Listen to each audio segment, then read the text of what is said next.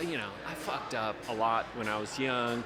Ramos's ramp, like we talk about our whole history together, dude. That was like, I mean, come on, like we were fucking delinquents, for the most part. For sure, yeah. And we did stupid shit.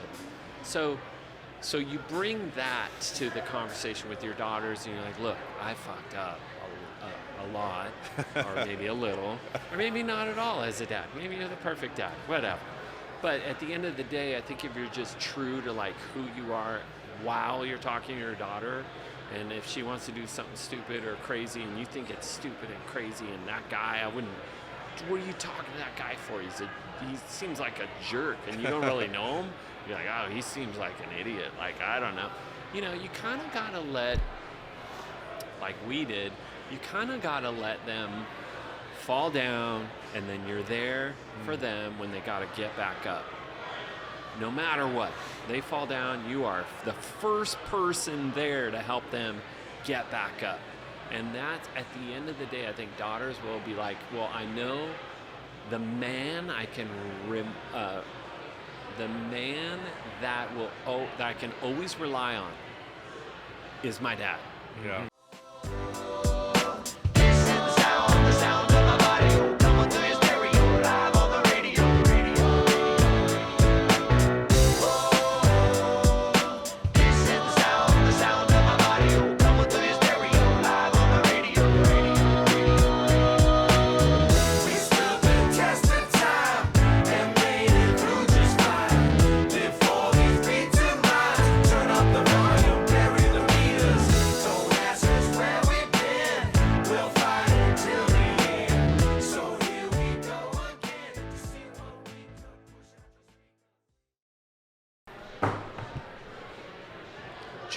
Cheers. Welcome, Cheers, Dave. Guys. You got it. Thank you for having me. Appreciate it. Thanks for coming. Yeah. So let's get at this right away. I have a question for both of you immediately.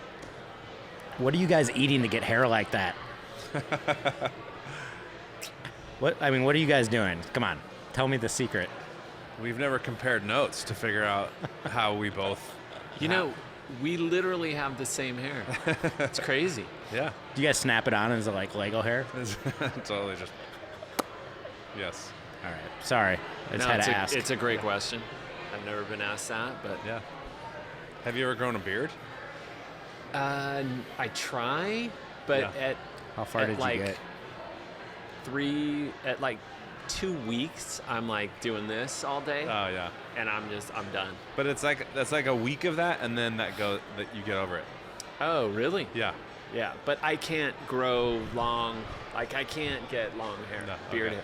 I just can't. I don't know. Interesting. It takes a while. Real quick, Dave, you're leaning a little bit into Jeff's frame. If you could, that's perfect. Here, I'm sorry about that. Scoot back. Move your mic back. Scoot back a little bit, Dave. Scoot back. Oh. Here, that shot over there. Yeah, sorry about that. Oh, good. So maybe I can chill a little bit back here. Yeah. There you go. Yeah. I like this better. Is that are you comfortable? Yeah. It's good. We can always cut things out too, Dave. So that will it's all editable. Fall onto the floor. No, Josh is good at post. I already know that. Yeah. I think we're all safe. Yeah, we can cut into the meat of the actual podcast as well. So how did you guys first connect or meet?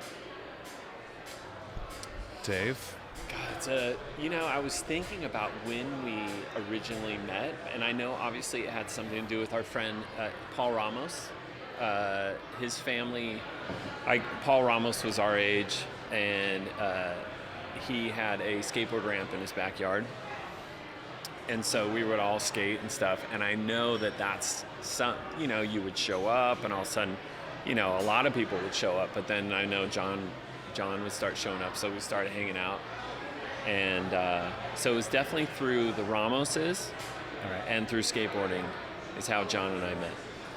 Yeah, and this is back in this is the 80s, yeah, the 80s. late mid 80s. Yeah. 85, 86, I would say. Yeah. And this half pipe is legendary in this town. It was kind of like the first.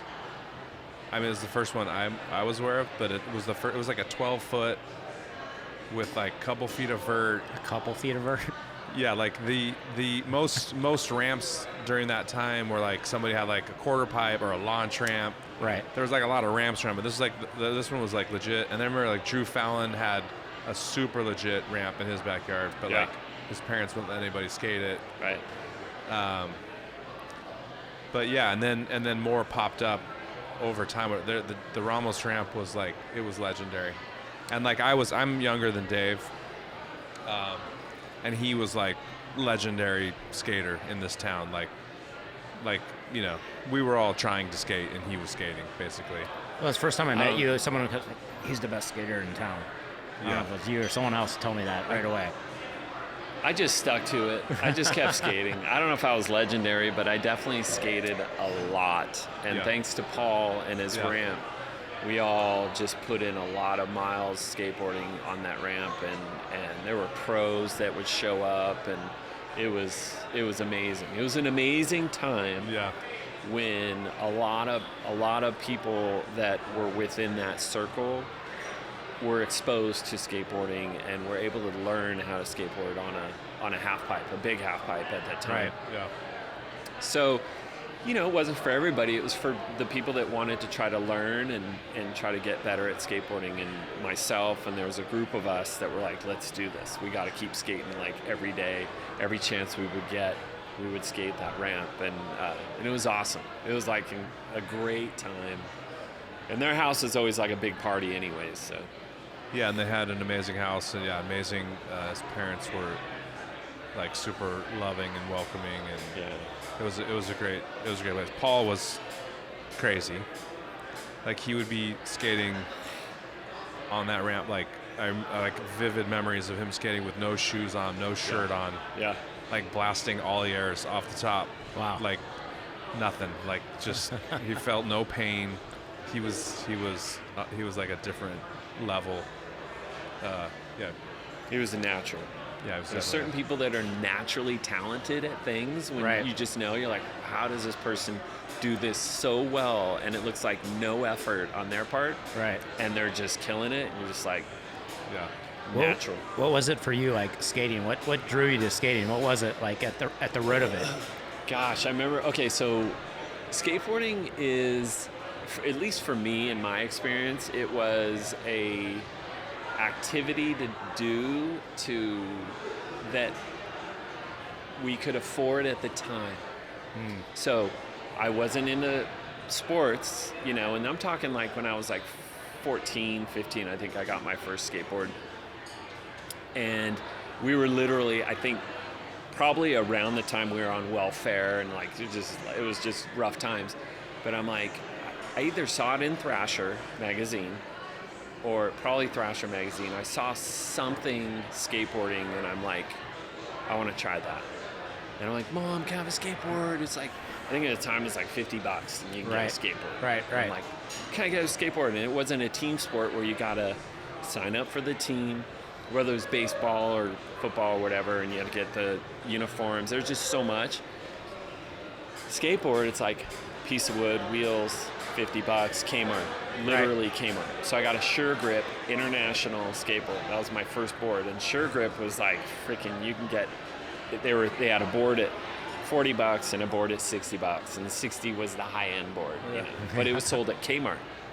No one will know what Kmart is, maybe, but unless you're our age. My But- first board was something like from a Kmart or Yeah. like a lumber yard or something Yeah. crazy off the Yeah. shelf. Yeah. Yeah, Kmart, I would say today, like, Big Lots is maybe like Kmart. Maybe, I'm trying to think, what would today's It's like Walmart-ish. Walmart It is? was like Yeah. it was like a, I would like a lower end version of Walmart. yeah, Yeah. smaller, Yeah. a smaller Walmart Yeah. Right. was Kmart for you younger viewers. So anyways, yeah, so my mom got me that board, and that was a big deal. And I remember just riding that skateboard, and I'm like, this is awesome. What was your first legit skateboard? Like It was a Veriflex oh, Veriflex. Bogey Beauregard. Oh wow. Yeah. And it was yellow, and I want to say it was like 10 inches wide, because boards in the 80s Yeah. were They're really wide. Yeah. Yep. And so I remember I got that, and I felt like, this is insane. I like have a pro deck. Yeah. but it was a Veriflex. Yeah, And for which those was that still don't, pretty budget. yeah, Yeah. Veriflex had a small moment of like, we have pro riders. Yeah. And then that went away fairly quickly. And then Veriflex went mass market, and they were sold in Walmarts, and they were sold in everything. And so I'm like, oh, I can't ride a Veriflex anymore. Yeah.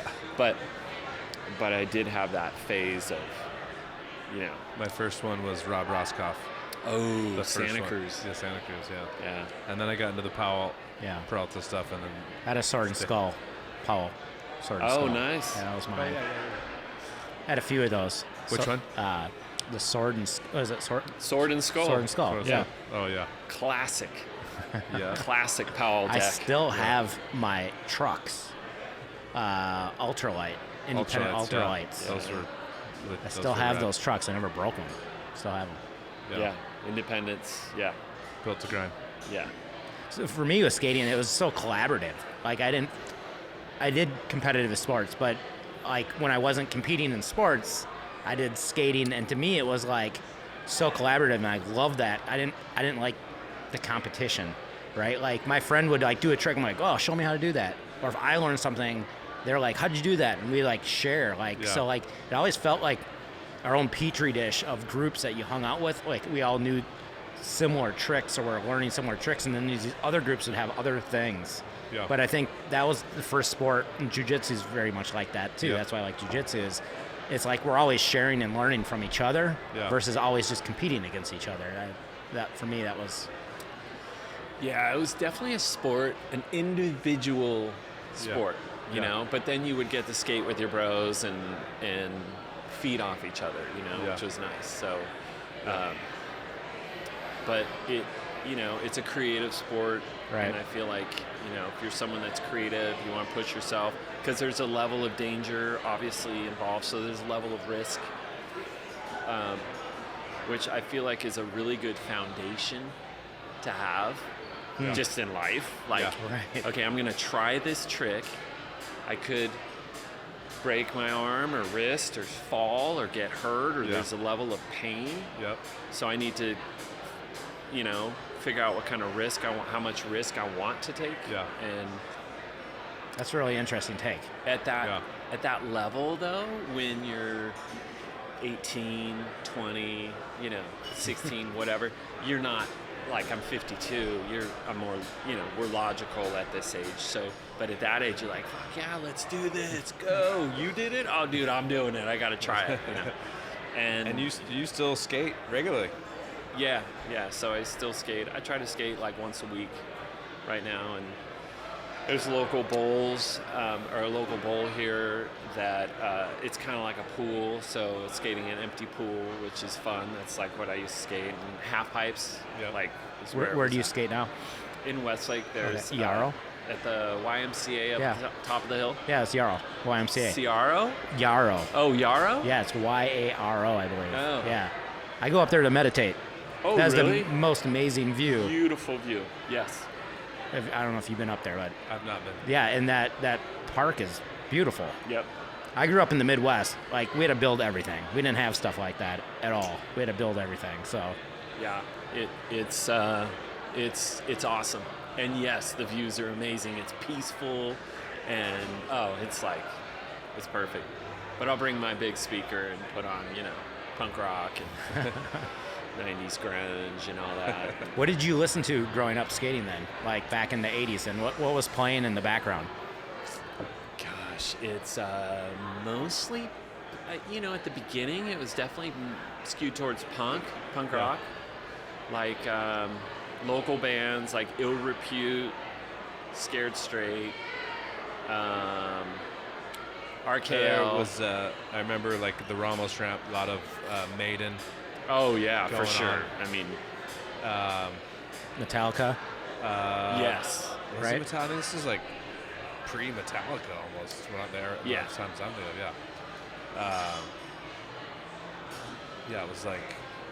What were some of the bands for you that you are like for your music that you're influenced from? Because obviously your music is connected to skating and that time. Like that, I mean, the era that I'm thinking of, like when I met Dave, or when we were, the Ramos ramp. The Ramos ramp was sort of short-lived. It it got torn down by like what year would you say, like Yeah. late 80s even, maybe early 90s. I don't know if it didn't even make it into the 90s.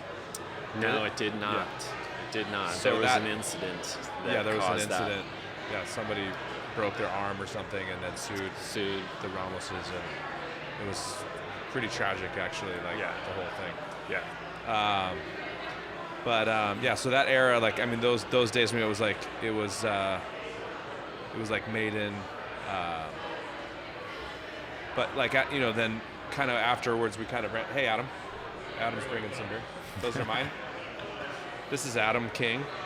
What's up, Yes. Adam? That one's for me. Okay, cool. Oh, he brought two. We're gonna get two each. You want to bring home? What's that? You want to bring home? Yes, please. Oh, it's one each. Okay. Okay. Thank you. Okay. Oh, yeah, you can go. Well, we're gonna go ahead Yeah. first. Beer for you, buddy? You're gonna bring one more for me as well, yeah? One more for you? Yeah. Gotcha. But then, and then after the Ramos ramp, basically, I guess during that era too, there was, remember that place on Teal Boulevard that was like a pool place? Anthony Pools. Yeah, Anthony and then Pools, and they had Caneo the demos. Valley, Caneo Inn, Caneo Hotel. The Canal Hotel, yeah, That, exactly. That went abandoned and empty pool. Yep. So there was a bunch of pools around, and then when they started building actually the neighborhood that you live in now, Okay. which was basically out kind of the backyard of the house where I grew up in. Back in those days, I don't know if it's the same now or whatever, but like basically they would like, they would like grade out the areas or whatever, and then like these giant semis would come and they would drop off like pallets of like 2x4s and plywood and boxes of nails, and they would just sit out there, and then we would go out there in the middle of the night and like drag plywood and 2x4s out into like a little spot thing, and then we would build like mini ramps. Well, thank you for the statute of limitations, because I did the exact same thing. They're building I was something in gonna our say, park. How much do you want to reveal? Right? Yeah, exactly. I don't. It's funny because like at that time I didn't even think of it as like doing something wrong. I was Me like, either. oh, they brought us the wood, and Yeah. here we go, But anyways, yeah. So we built a bunch. I mean, we ended up doing that multiple times out there, and then then it was like that era was like Slayer, but then also like That's when it got a little bit more metal, like early 90s maybe? yeah, and then we got into like, then we would go back. We got into like Sabbath and, thanks, Adam. Oh, sorry. I forgot to. Sabbath, and then also like Beastie Boys Right. at this point, and like a lot of old school hip hop and whatever. So and it was and then a lot of reggae. So kind of a mix was definitely part of that. And then remember, I was just like, sitting out in front of our house, like just, with a boombox and just doing 10,000 ollies in a row, like those, that kind of stuff. Yeah. Thank you, Adam. All right. Are you going to do a second one too? Yeah, do you want like all? Yeah, like give everything us a couple minutes and then bring another one. All right. Okay, thank you. We can start with this one, though, right? Yeah. All right. So this is how it works. So if you look at your flight, there's a TH, B, and C on it, Okay. which stands for Tarantula Hill Brewing Company. So we're going to take the T and H out right now. I'm just going to set those in front of you. So the game is, you need to figure out of these two, the T and H, which one you think is the Tarantula Hill beer. Go ahead and sip them. No rush.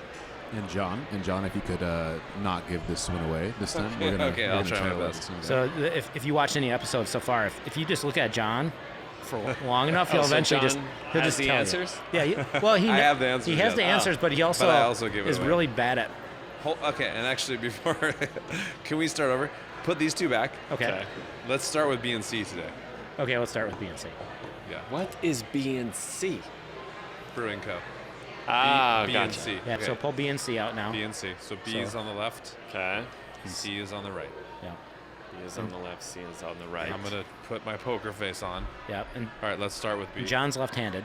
Okay. So that gives it away sometimes. I'm left-handed also. Oh, See, we just neutralized that. B or C? Start with B.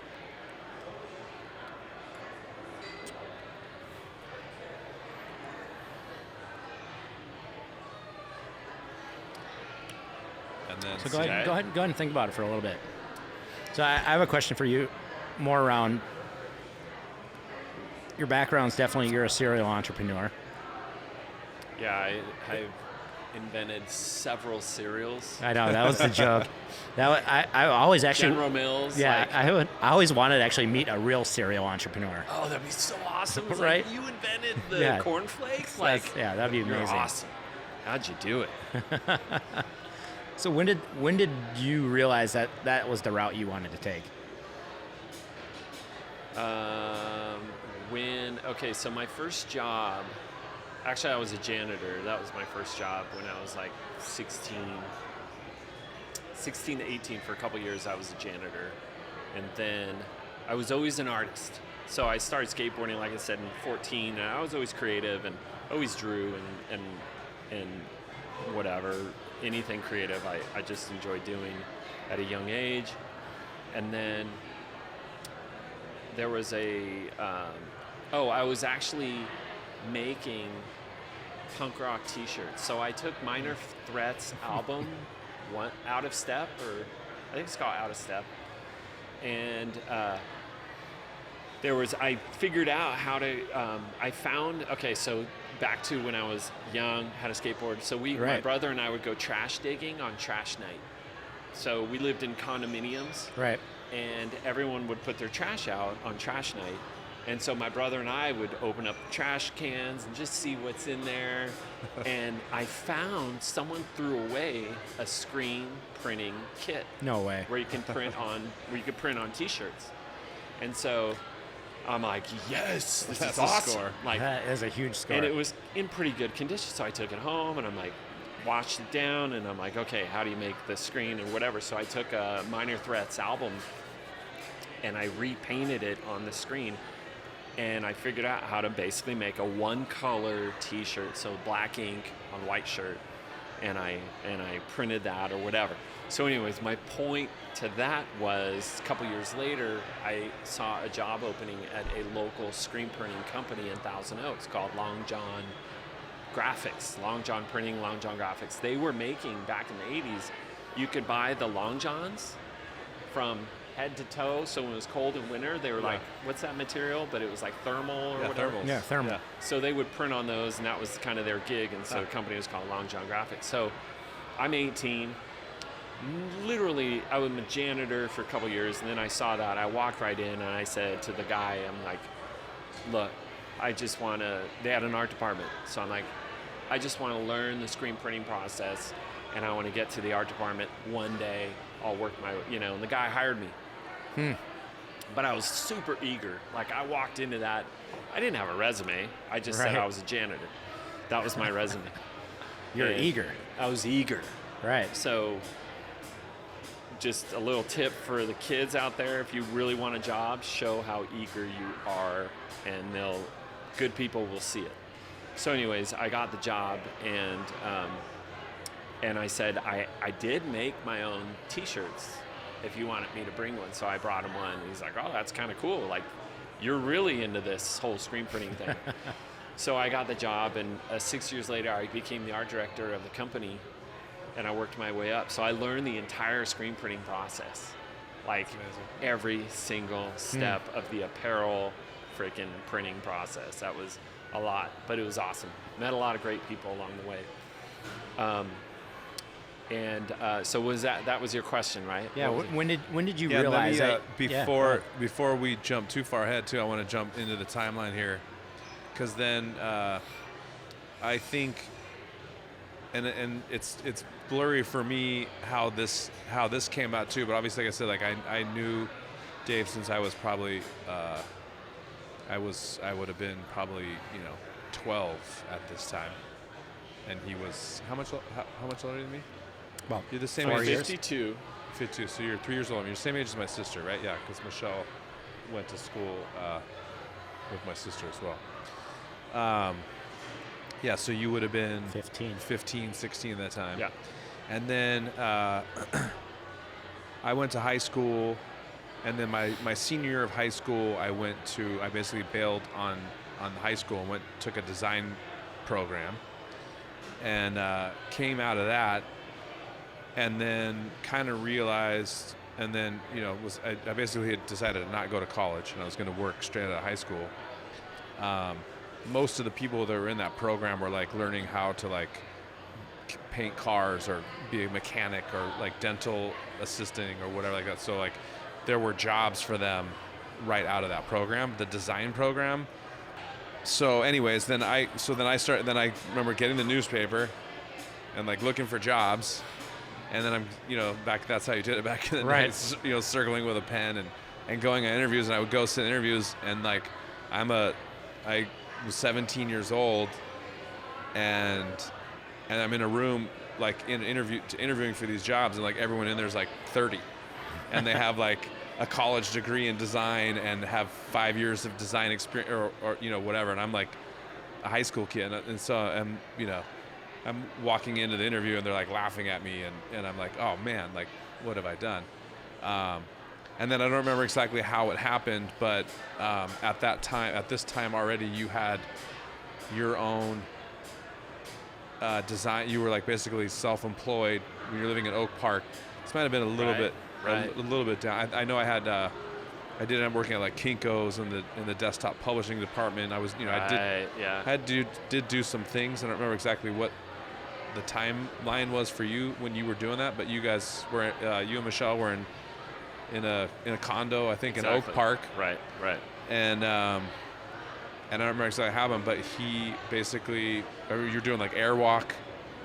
Yeah. Was one of your clients. Okay, so just to timeline's sake. Yeah, okay. So I graduated high school in '88. Okay. I got that job at the screen printer literally like right after I graduated. Okay. So I didn't go to college either.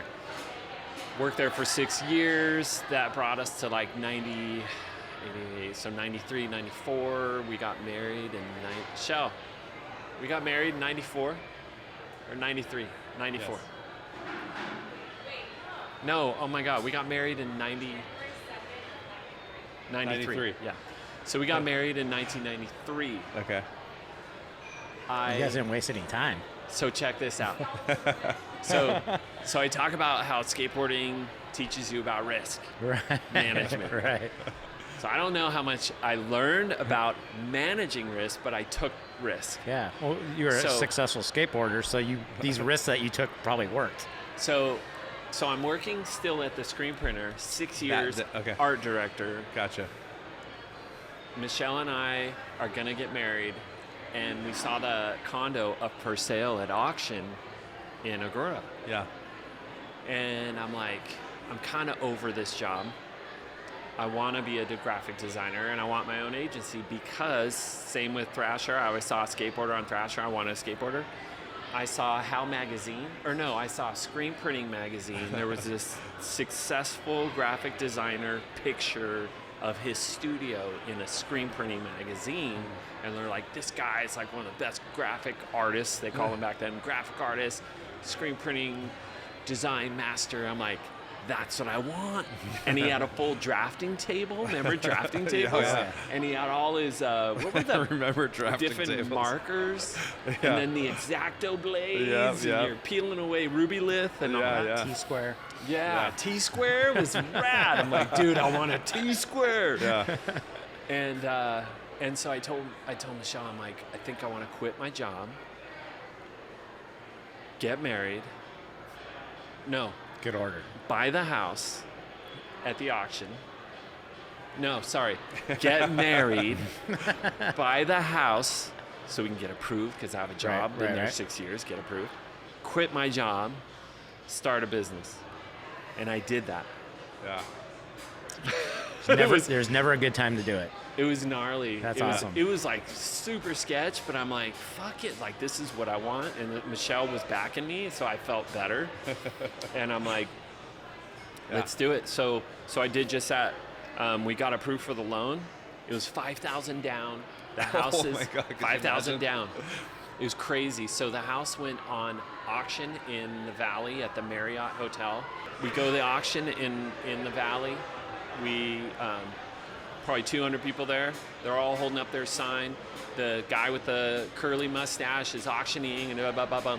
And I think it started at like 90 grand, but it got up to 140 grand for the condo. 2 master bedroom condo, 2-story in a location that had 2 swimming pools, 2 racquetball courts, big pool, tennis court. Like, it was amazing, right?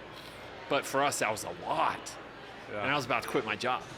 And so we got approved, put down 5,000, and we got the condo. And then the next day, I told my boss I'm quitting. And then the next week or whatever, I start my company, Gateway Arts. Yeah, Gateway. That's right. Gateway Arts, and it was a graphic design company, and I'm fucking hustling. And at the time, I'm like, okay, so I gotta sell. I gotta fucking sell. I gotta hustle. I gotta take any job I can get.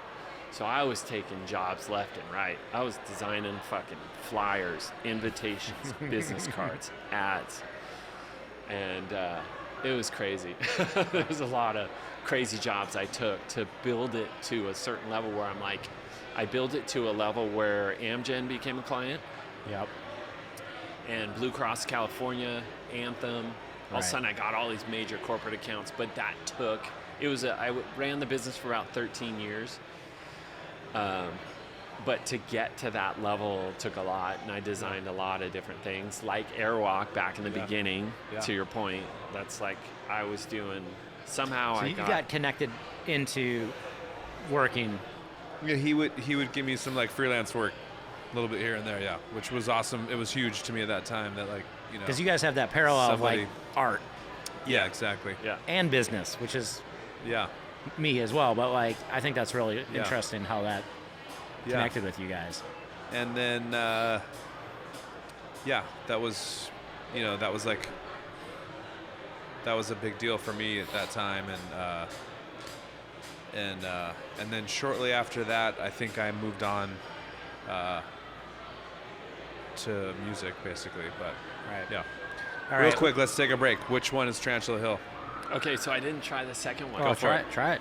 Try them both. Did you guys already do the second one? Oh yeah. I've been drinking them. Yeah.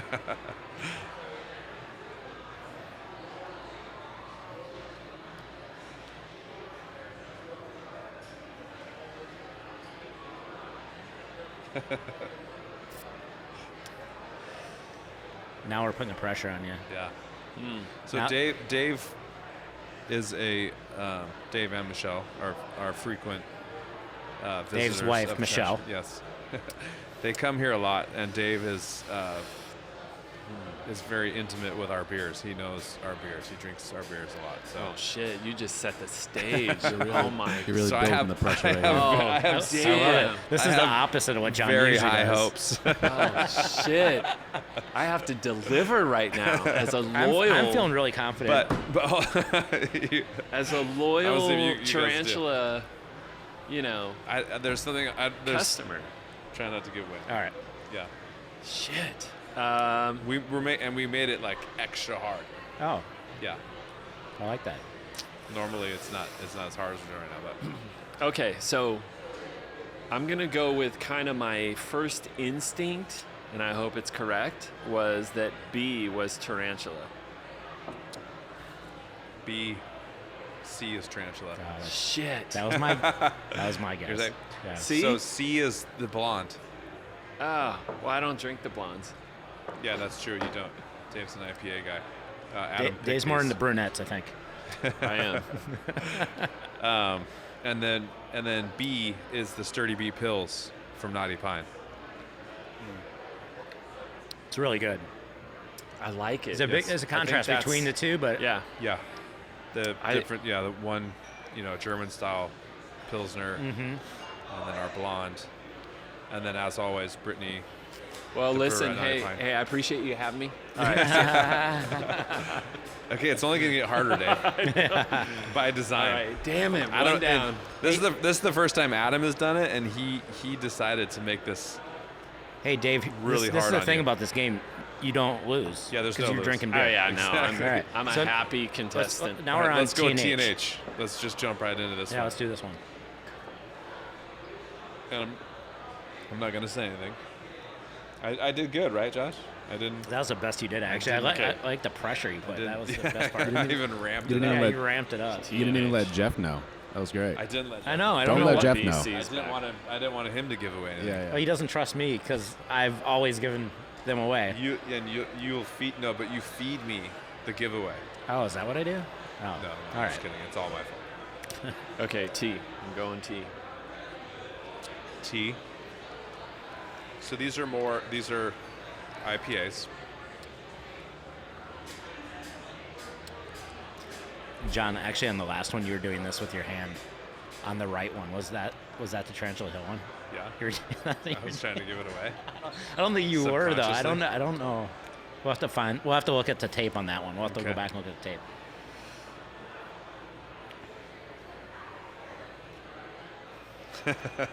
I mean, I kind of, again, I feel like I've. The thing is, if they're not IPAs, I haven't practiced. These my are IPAs. palate. I know they Yeah. they taste a little more IPA-ish. What's going on over there with Josh? They taste so similar to me. They taste similar to you? No, the Okay. H definitely has. All right, I mean, I feel like I know this one for sure. I hope. Jeez, I got to work on my palate if I'm off now.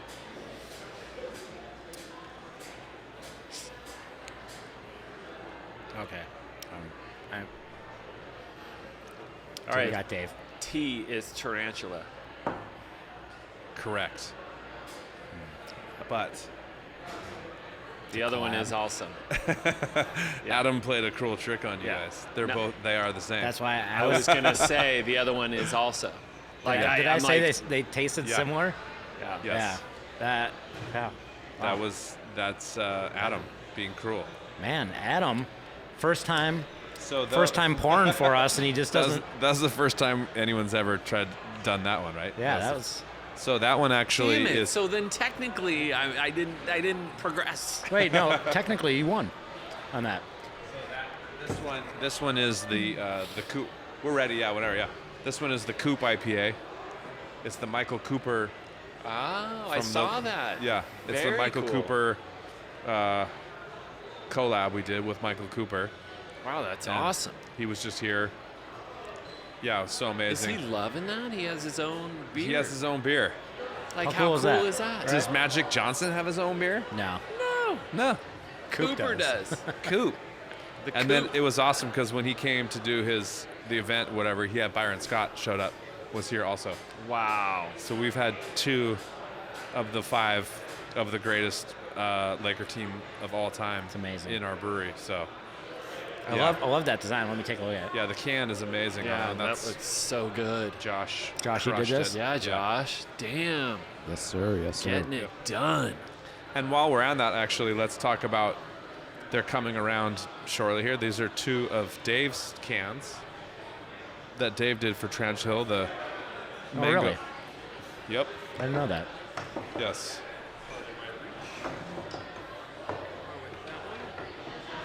Thank you, Alex. Wants to clear out the yep. previous round. All right, we got another round here. This is the redemption round, Dave. The first I round. hope so. The first. Doing the first. Yep. Nice Well, trick. your trickery Nice on trick. the coop. Well, Man. I have a third round as well. If you do want to go into the third round. Oh, okay. That has All right. the curveball. All right. We can do that. It's too early. Too early to know on that one. Okay. This is also going to be really hard. Yeah. Really. Yeah.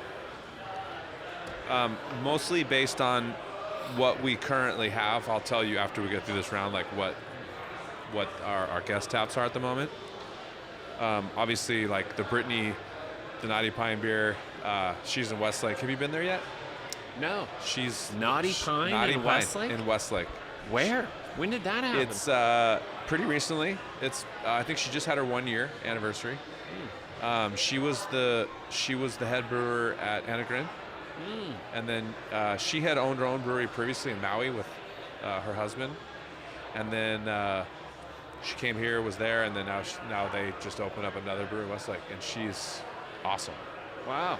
I want Yeah. to check that out. Yeah, super fun spot, and yeah, she's a really good brewer.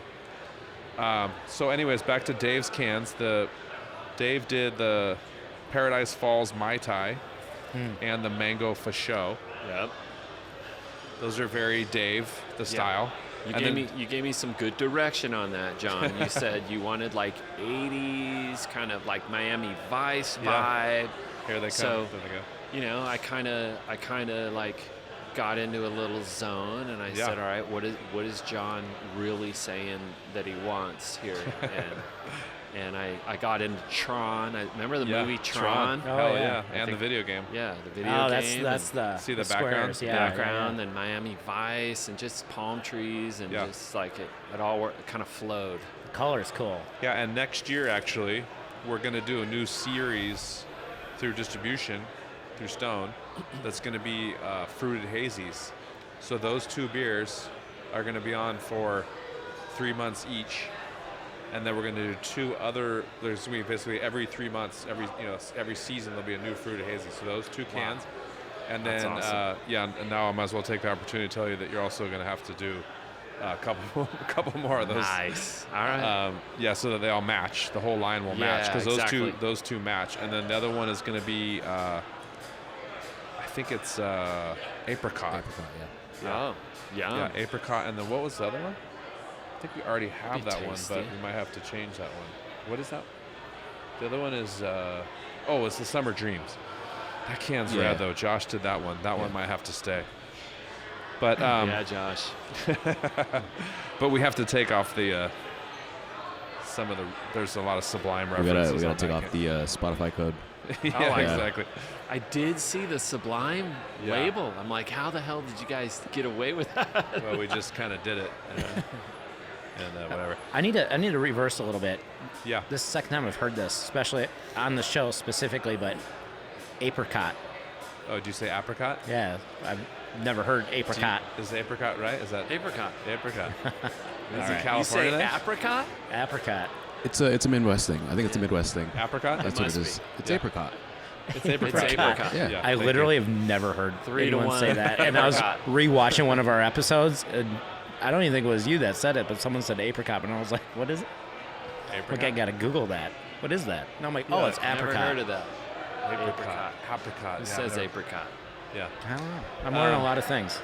And then also a part of Dave's design team is Murdoch, who did the Sabro can. Yeah, he's actually on it. And he's actually on the can. Yeah. So that was his He's- what do they call it? Egg? Yeah, where the What's artist, the egg? What's it called? Yeah. Easter artist egg? kind of imposes Easter egg, himself. yes. His Yeah. Easter egg is actually him putting himself on the can. Yeah. Josh, you got to do that. You got to sneak yourself on the can. Who did the Intergalactic? The Intergalactic was Murdoch. also Murdoch. Nice. Yeah, Yeah.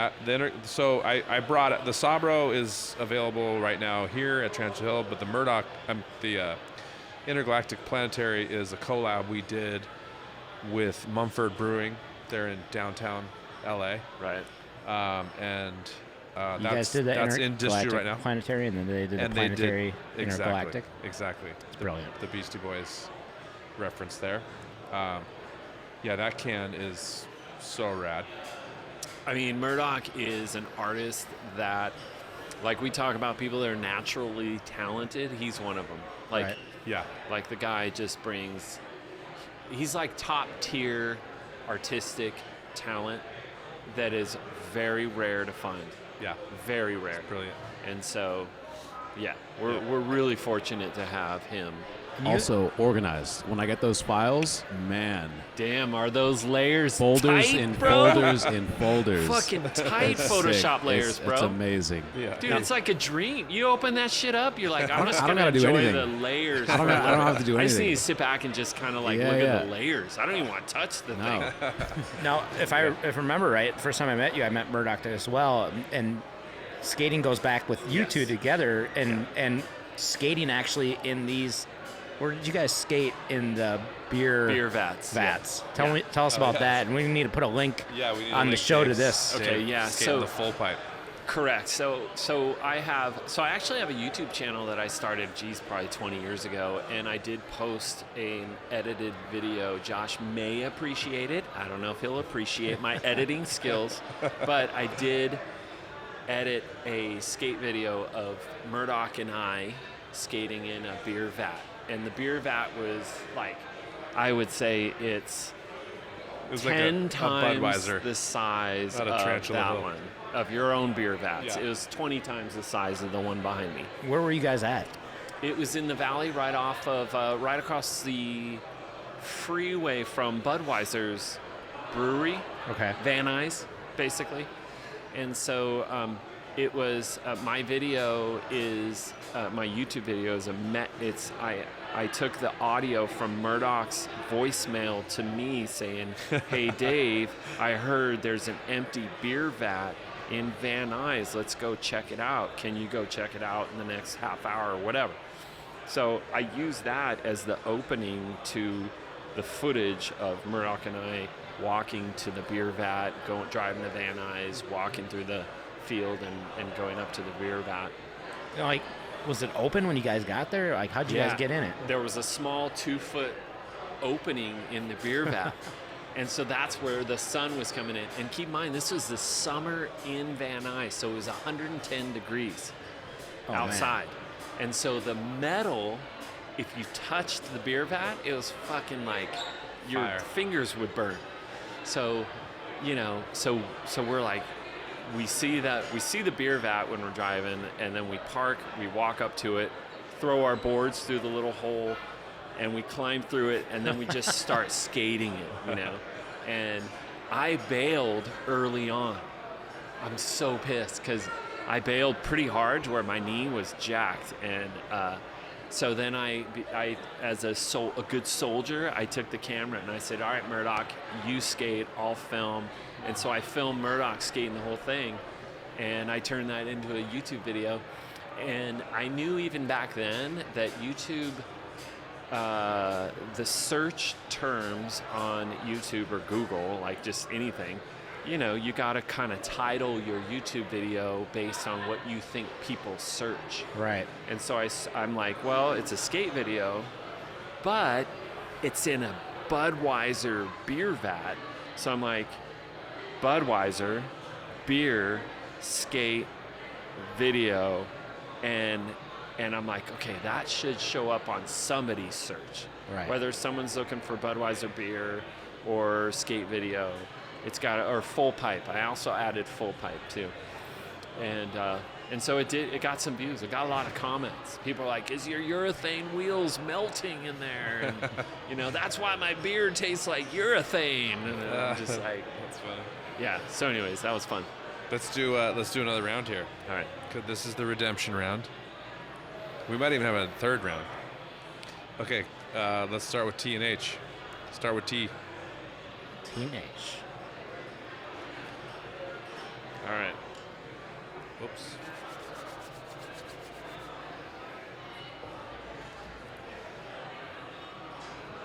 Thank you, Jeff. Oh yeah. I should smell them prior. I always jump right into sipping, but you got to get the nose of the beer Gotta get the first. nose. It's hard to get your nose in the little ones. That's right. Especially with my giant schnoz. Ooh, I like that. Whatever that is. Damn, girl. That's so good.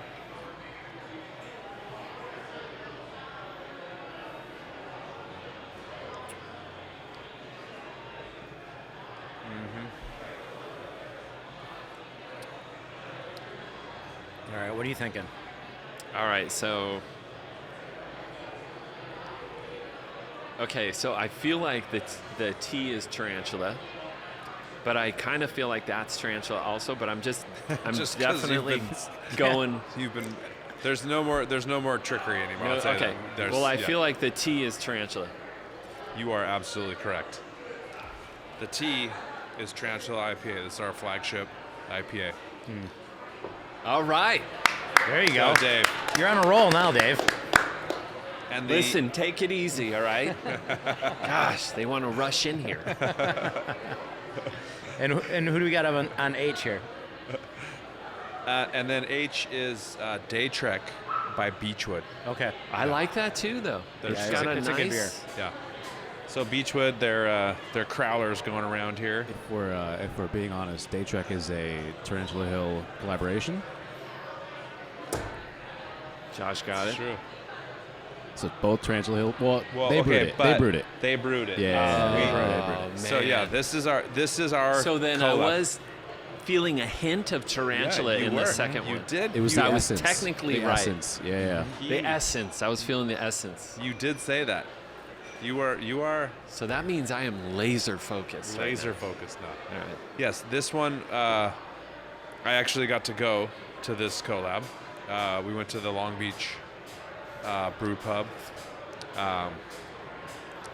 And Dante basically did the collab with their brewers there. So yeah, these are really good side-by-sides. Yeah, Beechwood is amazing. That's their can going around. They have a couple locations. I think Huntington Beach is their sort of production facility, but they do have a tap room there. Yeah, they're so good. Yeah, so this one was brewed out of the Long Beach location. I like it. They also have, it's called the Blendery, which is their sour program, which is like, real barrel-aged sours. Okay. As opposed to our kettle sours. Kettle Yes. sours, yeah. Because in a previous episode, we were talking about our kettle sours and whatnot, but the Blendery is really cool, and they're doing like they'll do like a blonde and do it sour. Oh, really? Yeah, so they do all kinds of stuff. So anyways, interesting. those are those two. Those are T Hill and Beechwood. Good ones. I Yes. like them. Thanks, Josh, for pointing out that was the Day Trek, the one that we did. All right, so we got Good B and ones. C. We got B and C. And then following B and C, I have a couple questions for Dave. Okay. I've Okay. got some burning questions over Yeah. here. All right, B and C. These are a little okay. Let's talk about the color. The I color feel like is they're similar. virtually identical. It's very similar in color. Yeah, and these two also were the same. Yeah. So yeah, Adam he's really trying He's very get you, good Dave. at this job. he's taking it very. Adam is the guy that will take Even things the very seriously. the Yeah. way what do you call the little bubbles? The tiny bubbles? tiny bubbles, Tiny bubbles. tiny bubs. This bubble's shaped as a fish, and this one's shaped as a sand dollar. Did So I somebody see- give Dave I see what mushrooms? Adam. He's I see reading. what- He's reading the tea leaves. Adam's in the- trying to really get to me here with the sea theme. I don't have any bubbles in mine. Yeah, why don't you guys have bubbles? Adam, Mine was- did. I drank No, mine. mine did. I think I drank mine. Yeah, mine was a swordfish and an amoeba. This one is a paisley. Ooh, that's good. Wow, B, I like.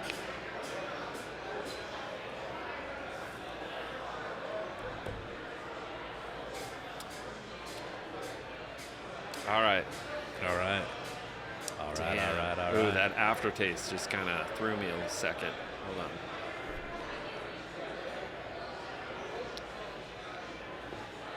Anyways, All right, Dave. What are you feeling on these? I gotta go with B as Tarantula. Dave, you're killing it. Oh my gosh. I'm on What a- fire. he's a hey, rally. listen, you guys gotta step back. All right? They're very excited over here. This It's a is rally. This is a beer that I believe you drink often I'm gonna go when with you come here. yeah. It's either the CO2 or the C98. What's Batch it called? 02. Or Batch 02. Yeah, there we go. That's oh shit. Yeah, all right. That's So what happens when you drink Batch the 02. party has started. As soon as one beer spills, Ah. you know it's on. All right. So from this point on, Yes, just Batch 02. enjoy. And then oh shit, it's gonna get wet. And then this is Oh this shit, is, it's gonna get wet. I think that'd be a good beer. I think that'd be a good beer here. oh shit, it's gonna get wet. Yeah. This is Melrose. Melrose. Melrose from Beechwood. Also, Oh, it's a okay, Beechwood another Melrose. Beechwood. this is like a Beechwood staple. I'm kind of liking Beechwood. Beechwood's so good. And if you taste it, if you want to taste Wow, that's these really two good. together, if you want to taste H and C together, Which is both of the both Beechwood ones? Okay. there's a thread through all the Beechwood beers that, like, I don't know, they're one of the breweries that, and I think we are too. Yeah. I love that, like, if you taste these two together, Right. like when you can tell that it's by the same brewery, Right. And even like Exactly, and yeah. Beechwood does all different kinds of stuff, but like, there's a thread there. Exactly. You can yeah. tell that it's their guys, like they're so good. I'm getting like an LBC vibe or something. You know? Sublime. The day trek was definitely done in Long Beach. I'm not sure where the Melrose was brewed. More than likely, the Melrose was brewed at the Huntington Beach location. But still, they have a thing. Yeah. And they have, if you ever go to the Long Beach location, they do barbecue there. That's like super on point. Their barbecue is fire. So let's plan a trip. Let's do it. Bring your skate. We'll go skate. We'll surf. Well, should we surf first? We can right. surf, I'm a mess when I keep Skate. hitting the microphone. and then Bring surf, it, Adam. skate, and then Adam wants us brewery to and barbecue. Let's do it. All right, Dave. So Adam wants to go 3 rounds here. We've never done 3 Damn, rounds. No, this- Adam. if we're gonna do 3 rounds. We're gonna do it with Dave. Let's do it. All right. Yeah.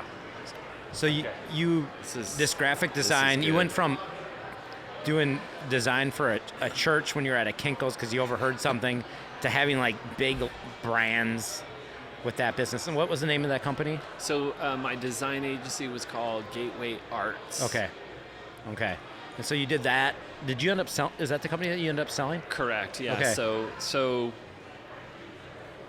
So brief history, right? So I Right. started the company, built it up to about 22 employees. Right. And in the design world, that would be called, in a design agency world, that would be, at the time, would be like a medium-sized agency. Right. Anytime you get past 10. There was a lot of boutique agencies that had like 5 employees, and we were there, but then I just kept growing. And so, What year was it? What years did that span? okay, so I gotta ask, was it the 9/11 attacks? Was that 2001, right? Right. Okay, I was gonna say, okay. So by 2001, I was 22 employees. Okay. Then 9/11 hit, and my top accounts, Amgen cut budgets, Blue Cross, everyone cut budgets. So I'm marketing, design. Right. That means my business just got like Marketing's usually the first to go. first to go, always. Whenever there's something in the unfortunate events that are unplanned that you cannot control, you cut marketing. It just happens in business. So we got so I had to cut my staff down to 5. Oh wow. And to be honest, as an entrepreneur, I built an amazing staff of 22 people that were, all of them, just so good. They were such good people. So for me to have to cut them and let them know that, hey, listen, Yeah, I it's got to let tough. you go, man, that's tough Right. because you care about them. And so And typically, as entrepreneurs, we do it later than we should have. correct. I was just going to say that. So keep in mind, I'm married and I have 2 kids. And we're at, so the event happened. Our big account said, we got to cut you back. You know, our budgets are cut. So I'm holding on by a thread. I'm like, nah, we'll get through this. Right. Let's hold on for 3, 4, 5 months. We'll turn this around. We'll turn this around. We'll Right. be good. Keep in mind, I'm bleeding 30 grand a month. Yeah. You know, plus Personally. and the business. Well, yeah, but that's personally, so right? I got totally. And so I got a second on the home mortgage. I'm like, no, we can do this, you know. And I'm like, shit, we're not doing this. This is bad. And so I had to let all but 5 people go. And that was probably why I got most of my gray hairs. Not kidding. Right. That was really rough. Any entrepreneur that has to go through that, I feel you. It's really difficult. So you kind of have to go, who are my strongest 5 employees? Yeah. Yeah. In all facets of the Right. business. So you have to cover everything. You have to cover all Right. compartments of the business. So I'm like, okay, she's amazing in operations. She's amazing in accounting. She's amazing in design. She's amazing in marketing. A lot of girls working for me. I had one guy who's amazing too. It was me. I'm kidding. No, I had another guy. No, I didn't. It was me. So we brought it back down to bare bones and rebuilt the company back up. So fast forward, I would say 2-3 years later, totally built it back up, kept it super tight. So here's what I learned. Defensive mode in business. 100%. So I'm like, holy shit, I will never just be like, oh yeah, buy this, buy that, spend this, buy that, next, you know. I got into like, oh shit, wait, do we really need that? Or maybe could we pause on that? Right. And let's just kind of get through it. So I learned all that in business. And out of nowhere, 3 years later, out of nowhere, someone came in and said, would you be interested in selling your company? Out of the blue, this guy I've never met. He was referred to me from a printer, Thousand Oaks Printing, shout out to Thousand Oaks Printing, who said, oh no, he went to them and said, hey, do you know any really good design agencies locally? We're looking to buy a design agency for our large packaging company. We're lacking design within the company. And so the TO Printing knew me for years, and they're like, oh yeah, Dave Carlson over at Gateway Arts, check him out. And so we walked in, and keep in mind, I got all the gray hairs now, and I'm like, fuck, I just been through the fucking mill. Like, I'm Right. trashed after what I just went through. And he goes, would you be interested in selling your company? Because we have this company in San Fernando Valley that's a packaging manufacturer who was looking for like branding, design, marketing in-house. And we want to buy a company. And I said, yeah, what's involved, you know? What's this look like? And so went through the deal, did the deal, brought on a great attorney and kind of structured the deal. It all made sense. And I'm like, okay, cool, let's do this. So sold it, worked for that company for about 4 or 5 years, family business. And so anyways, I sold the company, but my point, the kind of long or the short of it is you start a company, excited about it, you build it, shit happens. Right. Kind of shit does happen sometimes. Right. And you got to work through it, as difficult as it is. But at the end of the day, if you still kind of believe, Right. shit can also work out Yeah. for the best. You Right. know? Right. And so it did. Well, it's kind of cool. One of the things that we bring up here a lot are kind of like lessons learned. You know, like what do we learn out of it? And I think it's really common as entrepreneurs. We get started because we can hustle. We can play offense. We just go get more and more and more and more and more. And then shit happens. And then we're like, oh, wait, we have to play defense too? You know, and I think that those up and downs kind of, you learn from those up and downs how to do both. This is like Flight Plus. Wow. 3 flights Little plus. bonus. Well, I just remembered that we Bonus had a strawberry. beechwood sour Oh, yeah. on tap. Sour should be last. Thank you. So, Yeah, I would Or definitely. else it'll kill you like your palate. So. Correct. Yes. Thank you. That's correct. Hey, Adam, you guys keep talking.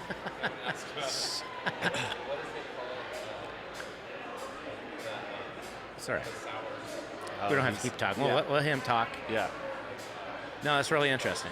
So, what I feel that's important for entrepreneurs to know is, you know, when you start the company, you get that spark Right. and that energy, and you're like, fuck, I'm going to work all weekend. I'm going to not sleep. I'm going to do whatever it takes. And that's such an exciting part of building a company or starting a company. Right. And, you know, when the shit hits a fan, that's when your character is really tested. Like, you know, things can be great for years, but how do you deal with when shit doesn't work out and you're fucked for like 2 years? Right. Yeah. How are you gonna deal?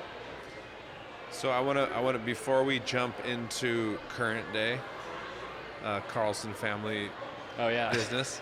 Sorry, I want to. my whole history. I want to to bring. go Yeah. back. I want to bring up one other thing that happened, just randomly in the middle of this during my my music career. When we were signed to Atlantic, we were doing our video for Heaven as a Half Pipe, and I remember. So back in the day, they had there was a position inside of major labels that was called a video commissioner, and every label had a video commissioner. And they were these like sort of very on the pulse of like, you know, what's hot and trendy and blah blah blah. Right.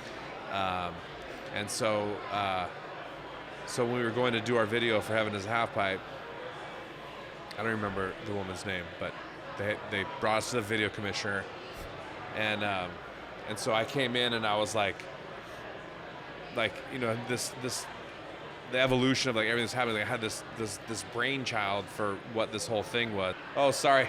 I ordered him. He brought him. It's okay. Drop him. We'll drink it. This is chaos. Yeah. This is Thank you. chaos. This is the same beer. Thanks, Katie. Damn, girls, we are stocked. We're stocked up. There's a lot of booze on this table. We're getting hammered. I gotta It's the get a same photo. one. I gotta get a photo of you guys. So all it was this good. beer. Do you want anything? Do you want a This sour? is- I mean, I feel like I have You- to. yeah, okay. grab I gotta I clear mean, you I guys' need to throat get a bit. photo. Yeah. Hold on one second. I mean, You can have my This side. is amazing. this is. I don't think I've ever seen this much beer on a table.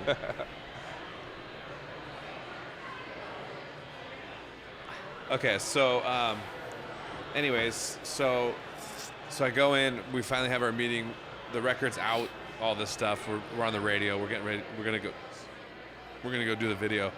So we have the meeting with video commissioner at Atlantic, and I was like, "Here's the video. It's a search for Animal Chin. Remember Search for Animal Chin? Well, yeah, but Yeah. why is he telling you that? No, I'm telling her that. Oh, I'm that's telling what her, you it's like, wanted. this is the video. Yeah. This has to be the video for Heaven as a Half Pipe. Right. It's got to be basically like a remake of Search for Animal Chin. Pink Motel. Or The Hotel. Pink Motel was in there. Yeah, right. Absolutely. Like I wanted to do like kind of like a spoof, like a 3.5 minute version of Search for Animal Chin. And she was like she was like, skateboarding is the whole thing was like, it was horrible. She was like, no, skateboarding's like, she's like, what, how many people care about skateboarding? 10 people? No, we're going like blah blah blah. Like, You're kidding. no, I swear to God. She's like, she had a whole vision. And What year was this? This Like, is 1999. does she know the name of the song? Like, No, yeah, she doesn't get it. She had a director that she wanted to use. Is what about she? This guy, he had just done like a Stone Temple Pilot video or like whatever. Like, you know, he was like this hot, and he was an English guy, and his videos were very European. Like he did I don't remember if you guys remember the Stone Temple Pilots video with I think it was like the Teletubbies. Do you remember the Wow. Teletubbies? Yeah, I remember of them, but I course, don't remember yeah. that. They it was like he did like a Teletubbies inspired video for the Wow. Stone Temple Pilots. I don't remember that. Anyways, David Spade, I believe was his name. So she is just really focused She was on. just focused had a on him. vision, and she wanted she to had use to him. deal with that, Yeah. bro. Right, She's like, I gotta exactly. use him. I promised him. Right. Yeah, Like, exactly. I gotta bring him in There on was this next deal. something like that, right? And so they just shut down my idea. But so anyway, so we did the video, and then as it turned out, it basically at that time MTV in America was dead, but MTV in Europe was still a thing. So it worked out in some ways because the video, when we got to Europe, the video made a lot of sense in Europe. It looked like all the other videos in Europe. But in America, it was like, what is this? Like nobody, you know.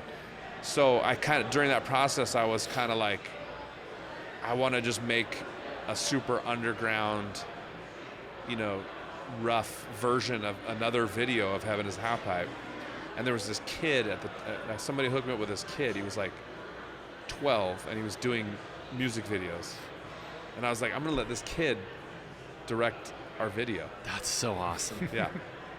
And so we start doing this video with this kid, and he had heard about this half pipe in Thousand Oaks, and so we he reached out to the people and set it up, and we go to shoot at this place, and we get there, and we're gonna go shoot, and then who's there skating this half pipe?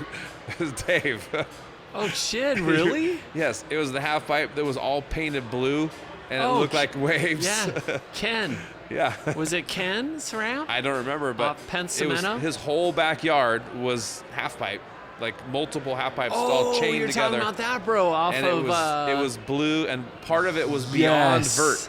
There was a part that was yes. it was supposed to be like a was- wave or something. It was like a death trap. Like Okay, it would have yes. launched you into the flat. I was just gonna say that it literally was a death trap Yes. skateboard ramp. Yes, but And- you were there skating. Murdoch and I would skate You and that. Murdoch. Yeah. Yes. And it was okay. Do you know the story? The guy that made it. I don't. No, We tell just. us. I was Okay, my first. I won't say his experience. name, but he Yeah. like filed for disability and then Yes, built you told the me that most before. amazing skateboard ramp in his backyard after filing for disability. Yeah. So, and it was blue. It was painted blue, the whole and, thing. and it like was waves. like it was like a Oh, half like pipe waves. here that Yeah. went up maybe 15 feet, and it had 4 feet of vert. 4 feet of vert. So you're like.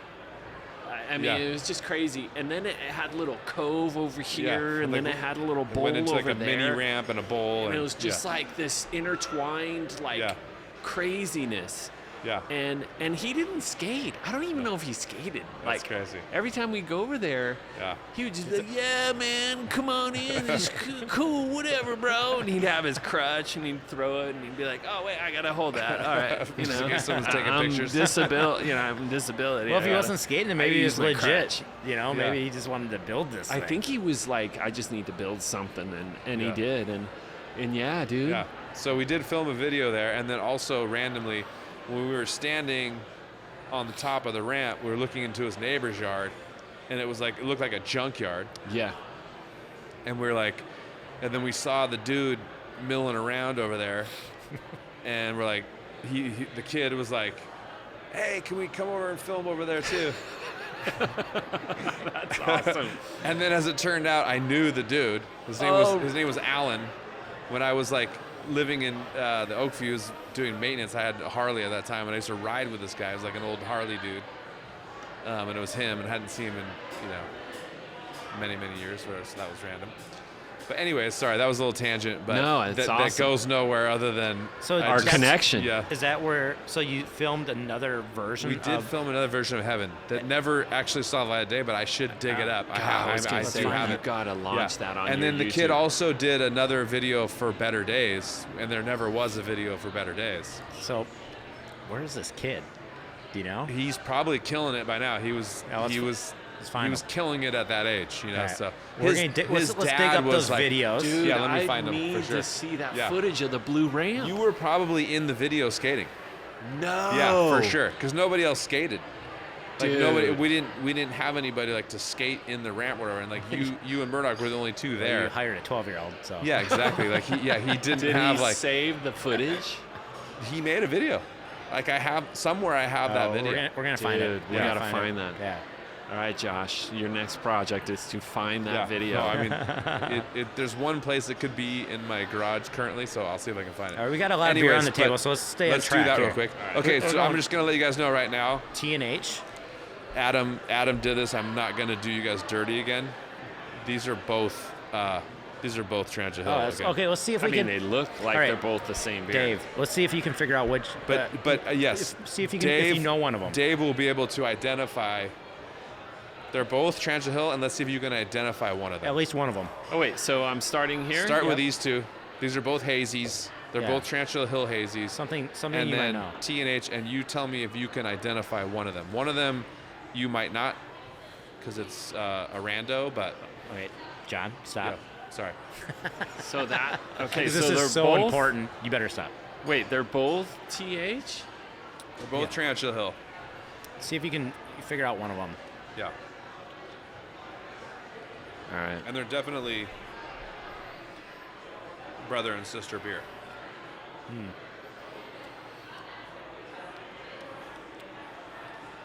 Okay. That was the tea.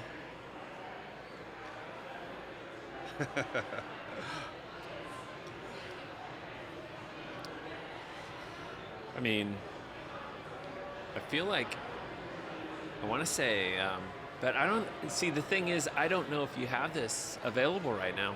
What I'm tasting. In which one? Now that's an experienced guest. I don't know if you have this on tap right now. Exactly. Yeah, I don't think you have this on. I mean,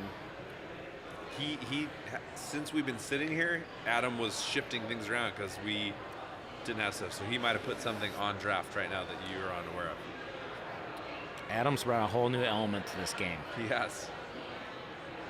We got to have him here on. so you, okay. Okay, so they're not candy. Fuck, did I get that wrong? There's no way. Can I see it? Yeah, that was my guess. Shit, is it? There's no way it's candy. It's got too much of a bitter. Although Hey. it's so hazy. Clear your mind. Clear your mind. Refocus. Refocus. This is Bring it- redemption. I mean, because you're on a roll. I Yeah. have been on. Yeah, a roll. you're on a on a roll. roll. Clear your mind. You guys are absolutely steering him in some direction. What is happening here? Yes, we are. Let's just say it. We're on the Dave train. We want One him. of- We want one him to of- get this one. One of these is liquid candy. Yeah. That's the test now. You have to identify which one is liquid candy. One is liquid candy shell. I know, exactly. He drinks liquid candy daily, right? Yes, I've seen pictures of your guys' beer fridge, and it's like they have a beer fridge, and it's literally liquid candy. Oh my god. Head yeah, to it's toe. Stacked. It's liquid amazing. candy. Yeah. It's they have the beer fridge like when you like grow up and All you're right, like, all what do I right, want my all beer right. fridge to look like? They have it. They have it. It's literally like a dream come true. My fridge. Yeah. I sent you the It's picture. oh yeah. Yeah, It's like a wall of liquid candy. Yeah. I'm Dave, like, I have a it's question amazing. for you though. We need to, Shelby, we'll put that picture we up made it. right I there. have a yes. question for you though. Dave. Like, You I'm made looking it, at. yeah. I'm looking at your. It's like the Okay. Snoop Dogg video. I'm looking at all your. Like, I have all my logos like straight. Me too. Nope. Yeah, Nope. Yours mine got aren't. crooked. Yours got Yeah. a little crooked. It's John's fun. are all over the place. I'm Yeah. just. I It's didn't funny know- I though. didn't know it The was OCD previous hour. round, I organized my logos. But my straight. question is, Yes. is your refrigerator? Are they all? Oh yeah. Perfectly. Oh, dude. Is it perfect. just the front row, or you got them all The front whole- row only. front row only? See, that's what. Are Presentation. you okay Yeah. with that, Michelle? Yeah. See, I'm very OCD. I have them all the way through. Yeah. So just so you All know, right. Dave, this is difficult. The second beer was very cleverly designed by our brewers. The second set. No, the second. of these two. One of them is liquid candy, Yes, and then the other and one. the other one was designed to be a very close relative. Okay. Step brother. It's Okay. I mean, Brother? I got it. I'm you ready. got it. Okay. Yeah. Right. Which Yeah. one's liquid candy? So tea is liquid. Fuck. Tell me I'm right. you're wrong. Nope. I'm wrong. Yes. Oh my gosh. You're kidding. H is. H is liquid candy. I don't even have a refrigerator full of liquid candy, and I got that one. So maybe you drink too much liquid candy. It's very possible. You know what I mean? Yeah, it's Shit, liquid what's, candy. what's tea? Tea is peacherine. Oh, I don't know that one. Yeah, I Yeah, don't it's either. brand new. It's basically the genius of God, that's of really liquid candy good. Yeah. is that it has all of these notes of like fruit, basically, that are just built with hops. Wow. Right? And this one, there's actually fruit in it. Here, Shelby, you want to try this? Okay, so that's liquid candy's brother. Peach. Peacherine. How could I get that wrong? She's gonna love it. So good. Thumbs up over there. You want to compare it to the liquid candy? Yeah, you should do that. Okay, Tell me and if you then would have got these right. it's tough. They're very close. In a blind taste test, that's tough. Well, I failed my my loyalty right there. It's all good. Hey, let's do these other two real quick. I think this one. Neither of these are Tarantula Hill. I mean, I wouldn't have said they were. These two. I've yeah. never seen these. So, and I think he's trying some trickery on us. I'm not sure, but let's just taste them real quick. Does he All right. know that one should be Tarantula Hill, or is yeah, he? Adam failed his Adam assignment. doesn't- Adam had Adam too just, many. Adam didn't know the name. Didn't know the game. Has maybe, Adam right? had too many of these?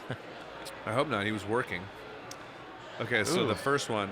God, it's like a white wine smell. Mm-hmm. Oh, dip my nose in that one.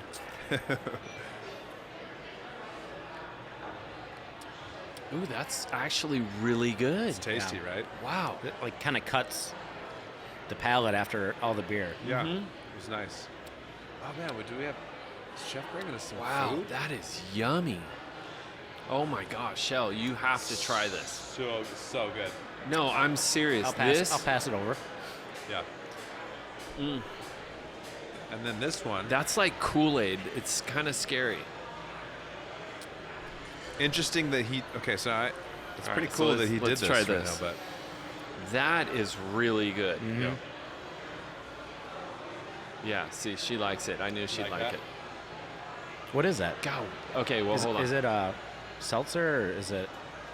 Or we have to drink both of them? I just want you Oh. to drink this one real quick. Okay, we'll drink the second Man, one. I don't want to make one of those faces on camera, but I favor whatever the previous one These was. are neither ours. This one actually. Did you try this one yet? Yeah. What? Oh, that's Okay. yeah. So I don't know why you did this, but Not my palate. this has no alcohol in it. Okay. Oh, well, there you go. Not my palate. That's why you don't like it. Dave's like, something about this one. I I'm don't not know what gonna. it is. I'm not even gonna mention what that is. But this basically is a seltzer water with zero alcohol. This is a Probably seltzer. drink that right now. This is Brewery X. Watermelon mint. That's why that's amazing. Brewery Where- X is killing the game. Where is on the Brewery seltzers. X? They're in Anaheim. That's amazing. It's so amazing. Whatever. Brewery X? Brewery That's what X. they're called? Yeah. Okay. They're in It's Anaheim. Watermelon mint. I typically Wow. don't like watermelon, but this tastes like real watermelon. Yeah. You know what I mean? That Like is when you have the artificial watermelon, this Yeah. doesn't have that at all in it. Yeah. That is one of the most refreshing, tasty, So like good. Yeah. summer drinks you could Yeah. ever have. Yeah. It's actually one of those ones that like you taste it and you're like, I can see having more than one. You know, when everyone's like, for oh, sure, I yeah. could have Yeah. one of those, but I can't You have could two. smash Like this, 10 of these. right? You could drink they're more than almost one of these. dangerously good. Yeah. If you drink White Claw, this is your jam. Yeah, Yeah, I feel like this is like premium. Yeah, I feel like exactly. that's This is the Cadillac of White Claw. correct. Yeah. Yeah. It's so good. Yeah, they're really good. They make amazing stuff down there. We typically have, one or two seltzers on tap, and it's usually Brewery X because they're one of the best at it. For Do you sure. guys have this on tap right now? Yeah. This is on tap. Wow. Now our seltzers Highly recommend that one. are they gluten free? It's malt liquor. So it's malt. So it's yeah. not. It's malt liquor. Gosh, Okay. that's malt liquor. Yeah. God, I remember Remember Zima? I was gonna say Yeah. like Malt liquor. That's what this Zima is. It's the same and- thing. back in the early '90s, like that whole malt liquor phase Yeah. that happened. Yeah. Wait, does Zima have the commercials with like the grass or something? There's something to do with like cutting the grass. I don't remember. You don't remember that? I Zima re- was like I one of the remember only their, ones that was Their out at the packaging, time. but- okay, so real quick, and then we're going to move on. But this is a sour from the blendery, the Beechwood Blendery. Oh, so Because- another Beechwood. This is another Beechwood. You I guys just- had a Beechwood. just because we were you had a talking about takeover, right? Isn't that why you have so many? Is that, Yes, we just did a takeover because we did that. We did the collab beer that we Right. did, the Day Trek. with Beechwood. We do with Beechwood, and then the brewers that we went down there, we brewed with them in Long Beach, and then they came up here, and a bunch of their crew, they all Right. came up, and we threw like 6 Beechwood taps on, and had an amazing event. It was raging. It was a great time. So you have all the Beechwood still going right now. We still have the Beechwood. That was it was just less than a week ago, and then we put on 2 of their sours. It's very sour. It's very sour. Yeah. Dave's an IPA guy, so If you're looking for something sour, I would definitely recommend this. yes. So they do Belgium sours. Like, so you guys know Belgium. What The what Belgians makes it a- invented beer All right. thousands and thousands of years ago. Yeah. Keep going. Yeah. So they do Belgian sours. I think like their process is actually like approved. There's like some organization Yeah, in Belgium. run by Belgium. The You Belgian. must approve this. Yes, you must do You're these. doing it wrong. Not good. Yeah. Not good. Change that. Better. I don't even know Belgium. So they have this. That's They have correct, this. Yeah, but I don't know. that was more like That's Luigi. Russian. I think it's Yeah, a little something. bit Russian. A hint of Russian. Yeah. Tiny bit Belgium. But they have a process that if you adhere, then you're allowed to You consider adhere. yourself You do this. a Belgian process. Anyways, they're like really good at it. But this is It's a sour. it's a sour. If you like sours, this is a sour. This is Sour, what you and it want. was they do all their sours are barrel aged, and yeah, So after they brew them, they put them in barrels? yeah. For how long? Is that like a... I don't know. What even Right, depends. makes it sour? Like, how do you The go, yeast. I want to start a sour it's a beer? Yeast. It's a different yeast. Yeah, it's a totally different strain of yeast, and it gets funky. Yeah. It's funky and sour. That's why you But can the smell- only do just that in a smell that, though. separate It's location. almost like, do you- Otherwise, you'll have a yeast infection. Exactly. And you don't want yeast You don't want yeast infections. infection. They're Don't. no fun. No. And then you drink cranberry juice, I know, it's like, which was the, correct. That was the best beer sampling we've had. Oh, really? Yeah, Yeah. that was legit. It was. I it mean, we was- did 3+. Yeah. That was amazing. Yes. I'll be honest. Let's get up to date Okay. on Yeah. where you're at right now. Wildflower. After 18 pints of Yeah. beer, sure. Let's So go for let's it. talk about Wildflower. So, as an entrepreneur, Oh, speaking of. Oh yeah. Let's kick this off with some. All right. So The wildflower. The So- wildflower bag. Let's right. show the bag So- first. So first of all, all right. So let me just. So here's a little tote bag. I can see- I can Wildflower see, made. like- Not that Wildflower is all about tote bags. but you guys are but I branching could out. see you it like looks cruising through Whole Foods I'm using this. with your tote bag. I mean, look at this. Look at this. Look. It even has a little Wildflower logo, a little wow. zipper Fancy. pouch. Yeah, so you could Marie would carry your- love this. She could she put her would- phone in there. She could put her little and then yeah. little. So Dave, Place for your before, wallet. before you show us some of these goods, leading up to this point, you were always services, right? Services, maybe helping other people create products with your design, I would guess.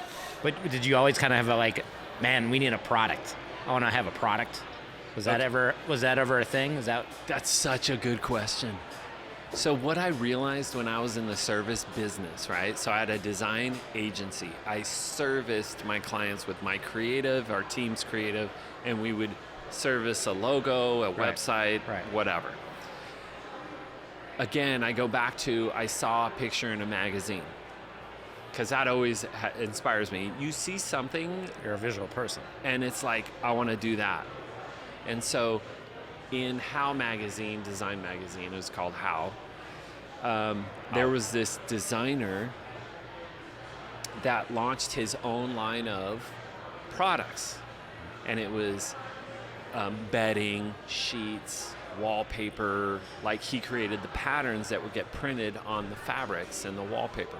And I'm like, I want my own product one day. And this is like probably 15 years ago.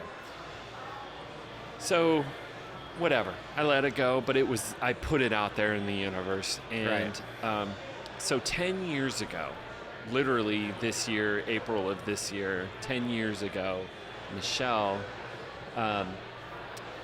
was looking for gifts that we could put in our daughter's Easter basket. Because Michelle is like like every gift. If you ever get a gift from Michelle Carlson, it is wrapped to where you're like, was this professionally done? Like, did you pay someone to wrap my gift? Because it looks like it was like, you know, you have to pay someone to put all the bows and the wrapping, whatever. So Michelle's like just has always been creative. And so back 10 years ago, Michelle was like, I need to find 2 gifts. I need to find gifts to put in our daughter's Easter baskets. Then I'll wrap the basket and make it look all cute for Easter morning. Right. So at the time, iPhone 4 was out, and she's like, there's no cute phone cases, so maybe I'll just try to make one. Right. Get a clear case and maybe like Get a clear case. put something in there. Yeah. Right? So she, at the time, prior to that idea, she was actually making studded jean shorts, and then she would take denim shorts and she would make them kind of worn looking, and then she would sew fabric on the pocket and then on the back pocket, and then she would put studs on the pocket, like silver or gold studs, the little diamond pyramids, pyramid studs, and she put it on the pockets. And it was like, took her like 6 hours to make one pair of denim shorts. So we get back to the Easter basket idea, and we're like, or no, she's like, maybe I can make a phone case with fabric and studs and just glue it inside a clear phone case. And she did that, and she put it in their baskets, and the girls open it up, and they're like, oh my God, these phone cases are so cute. So what do? They bring them to high school, because they were in high school. They were 16, 18 at the time. What high school did they go to? Newbury Park High School. And so so they take them to high school, and they're like, all their friends are freaking out, and they're like, oh my God, where'd you get these phone cases? They're like, my mom made them, you know. So then all of a sudden, Michelle's making these phone cases at home.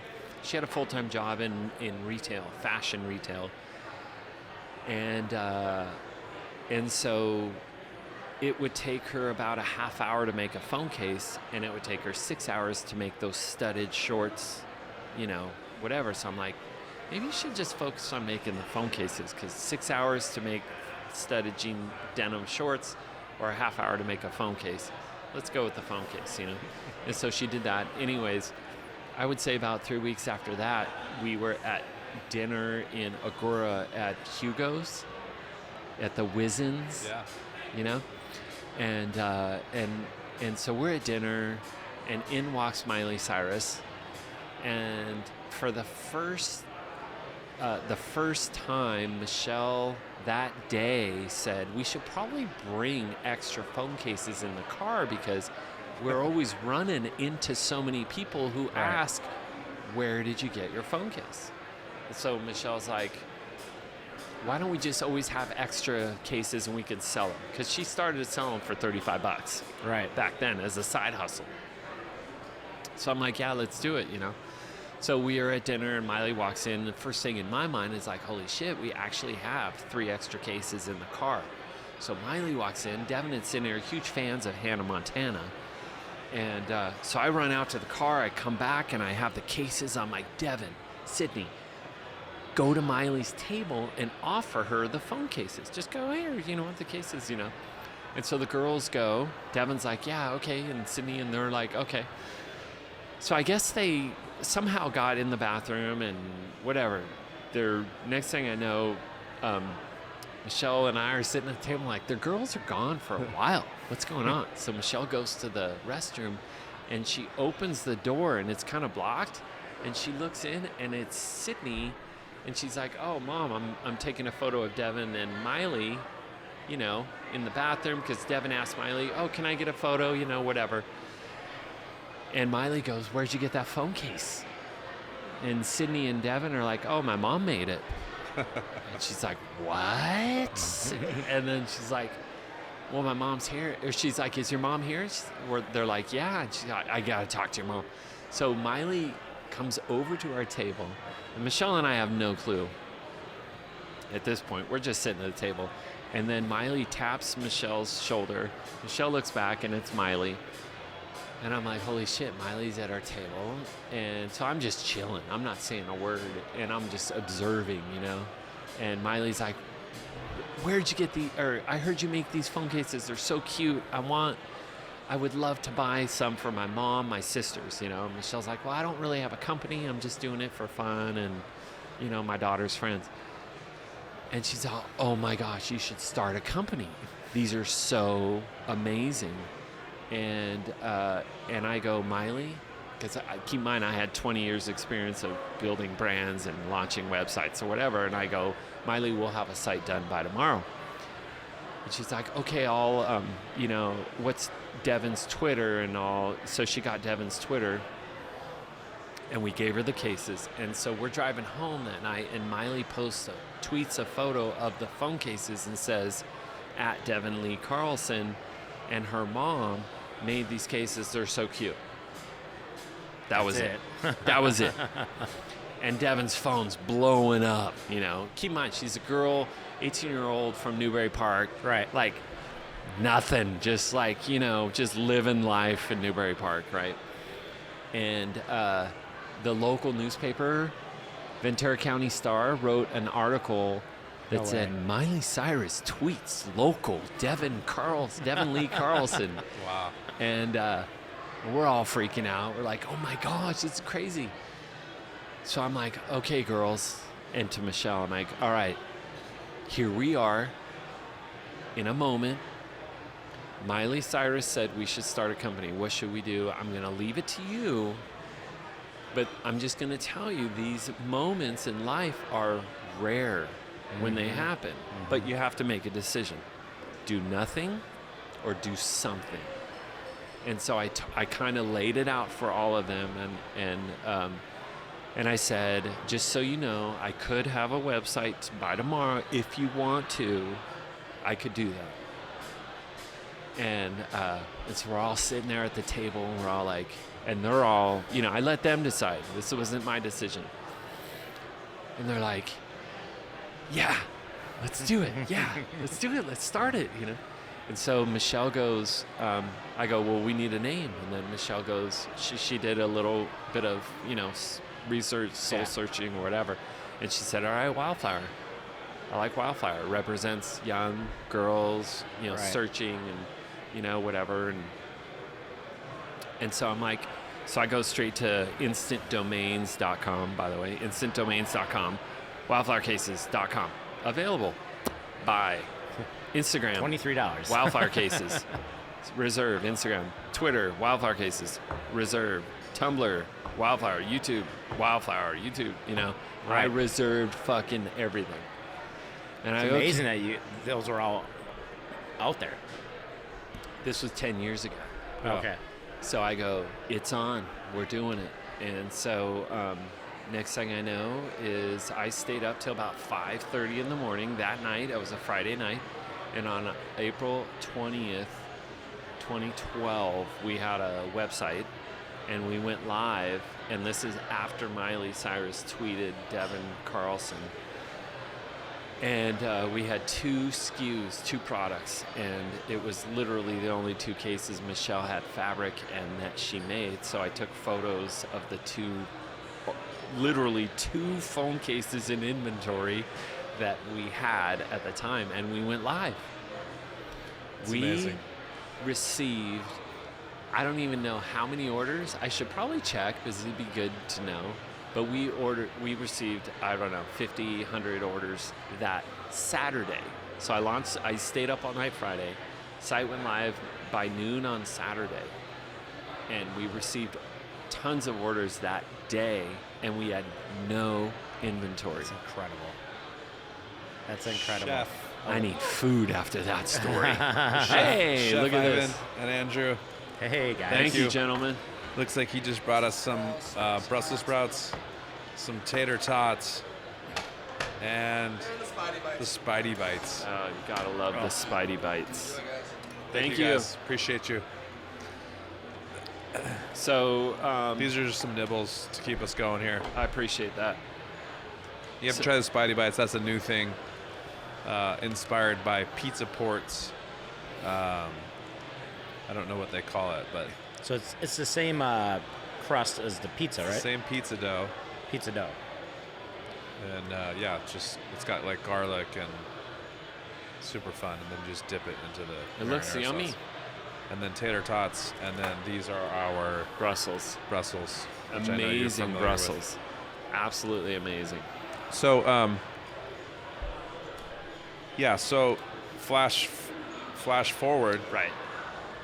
Wildflower, So let's flash forward and I'll hand out Wild- some yes. goodies while we flash forward. wildly successful. So that was the spark, right? That You was always the need a spark. spark. Yeah. Right. And you need that, like, and when I say spark, I mean energy. And You in this need case, energy. talking about risk, Michelle took the risk. Absolutely. You kind of like said, hey, I'll do this, but I put it on them. I Right. said, it's up to you guys. I'll put in the work, but you guys got to tell me if you're into it.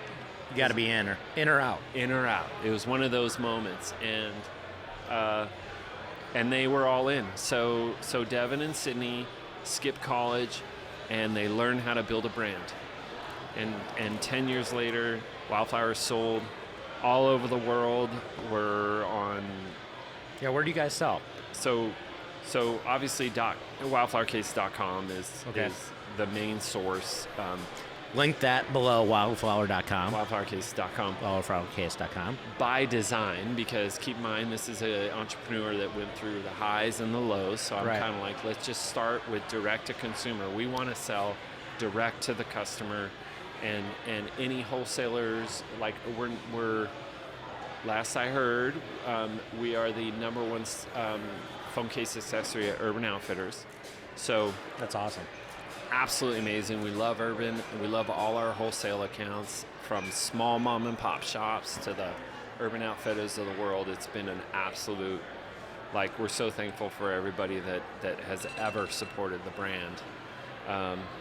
But it's been a journey. It's a lot of work. It's starting a brand, building a business. It's not like, it's a lot of work. So a lot of people on the outside, especially with social media these days, Right. you kind of only see the pretty pictures. You never see what's going on behind the scenes. And what's going on behind the scenes, especially with a company and a brand, it's like there's a lot of work. There's a lot of shit that goes on behind the scenes. It's not glamorous. That's not like fun. And Right. you got to freaking work weekends. You got to work 10-hour days. You got to like put in the work. It is what it is. If you want to build something, you got to put in the work. So, but it's fun. We love it. It's, that's the difference. Work is kind of, it depends on, if you're loving what you do, then, you call it work, but it's kind of fun in a way. Even if you're working 12-hour days, Right. it's like, well, I kind of love what I do. Yeah. So is it really work? And It's I just I fun. love the fact that you said kind of, because there are those things that, like you just said, I don't want to do, I have to do. You do them all the time. I see you do them, John, all the Yeah. time. And then there's things that you like to do. You know what I mean? right. So it's kind of like a blend of these things brings you over that lip with that spark that Yep. allows you to keep doing it, I think. Exactly. Yeah. Exactly. And I want to talk about like measuring success, and that's a thing that drives people. Obviously, is like, how do I achieve success? When am I successful? Something that I think everybody struggles with. And like, in my life, I've met all walks of life and different levels of success, and I see you guys, you and Michelle, as some of the most successful people I've ever known in my life, and a lot of that having to do with the fact that this business that you have is like it's a family business, and running a business without your family is difficult. Having a family is difficult. Putting the two together is, I can't even imagine. It's like another level. Like Jeff also, he works with his wife. They are in business together, and so I understand. We talk about that sometimes, and I understand how difficult it is. But on another layer, like as a parent, Right. Like, Yeah. what is the, like, to me in my life, like, the most success I could have as a human is that if my children are successful, Exactly. Exactly. and like my daughter's 8, my son is 3, and I'm like ripping my hair out trying to understand how to make this work. It's so scary right now. Me and my daughter, she's 8, and we're like in this big fight. We've been in a fight Right. for a while, Like, oh my, are we gonna overcome this? It's in the temporary. early stages. Yeah. You're in the early I stages. know. It's temporary. It's so scary. But anyways, I feel like early, mid, later. Yeah, that's exactly. that's the Yeah, stable right now. for sure. And your daughters, and your business, your wife's the CEO of this business, and your daughters are like the face of the business, and they're both now wildly successful. And then also layers of it, like like you talked about earlier, your child, like what your mom did to help you be who you are is amazing, right? Right. And then now somehow, like, so the layers of your success and your family's success is like, it's Built upon It's- foundations. Yeah. Kind of goes back to you talked about this before about like how generations have kind of changed and yeah. instilling like common sense. Yeah. That's the foundation of Tool, which you and I have a conversation about. Obviously, we talk about here the Tool, which is the theory of overall logic, which is basically just like the concept of common sense in our generation, which obviously is different, and this new generation, and obviously it's like a common thing for older people to talk about, like like either talk about politics or the youth and how they're driving you crazy, right? So that's like kind of the basis of Tool, basically, is like what the hell is happening with this younger generation. But your 2 daughters are like wildly successful in this even outside of Wildflower, like they've transcended. But yeah, I just want to like, how did you do that? It's so funny. Is like I had the same question. Yeah. That was one of my questions. I mean, I have 3 daughters. I have Yeah. 2 sons. Frankly, the boys have been very easy. I'm looking directly into the camera. The girls, it's different energy, Yeah. and like, Yeah. what give John and I some sage advice. This is Right. what we're asking. Right. Like, how'd you do this? I think He's gonna avert this one to Michelle again. It was Michelle.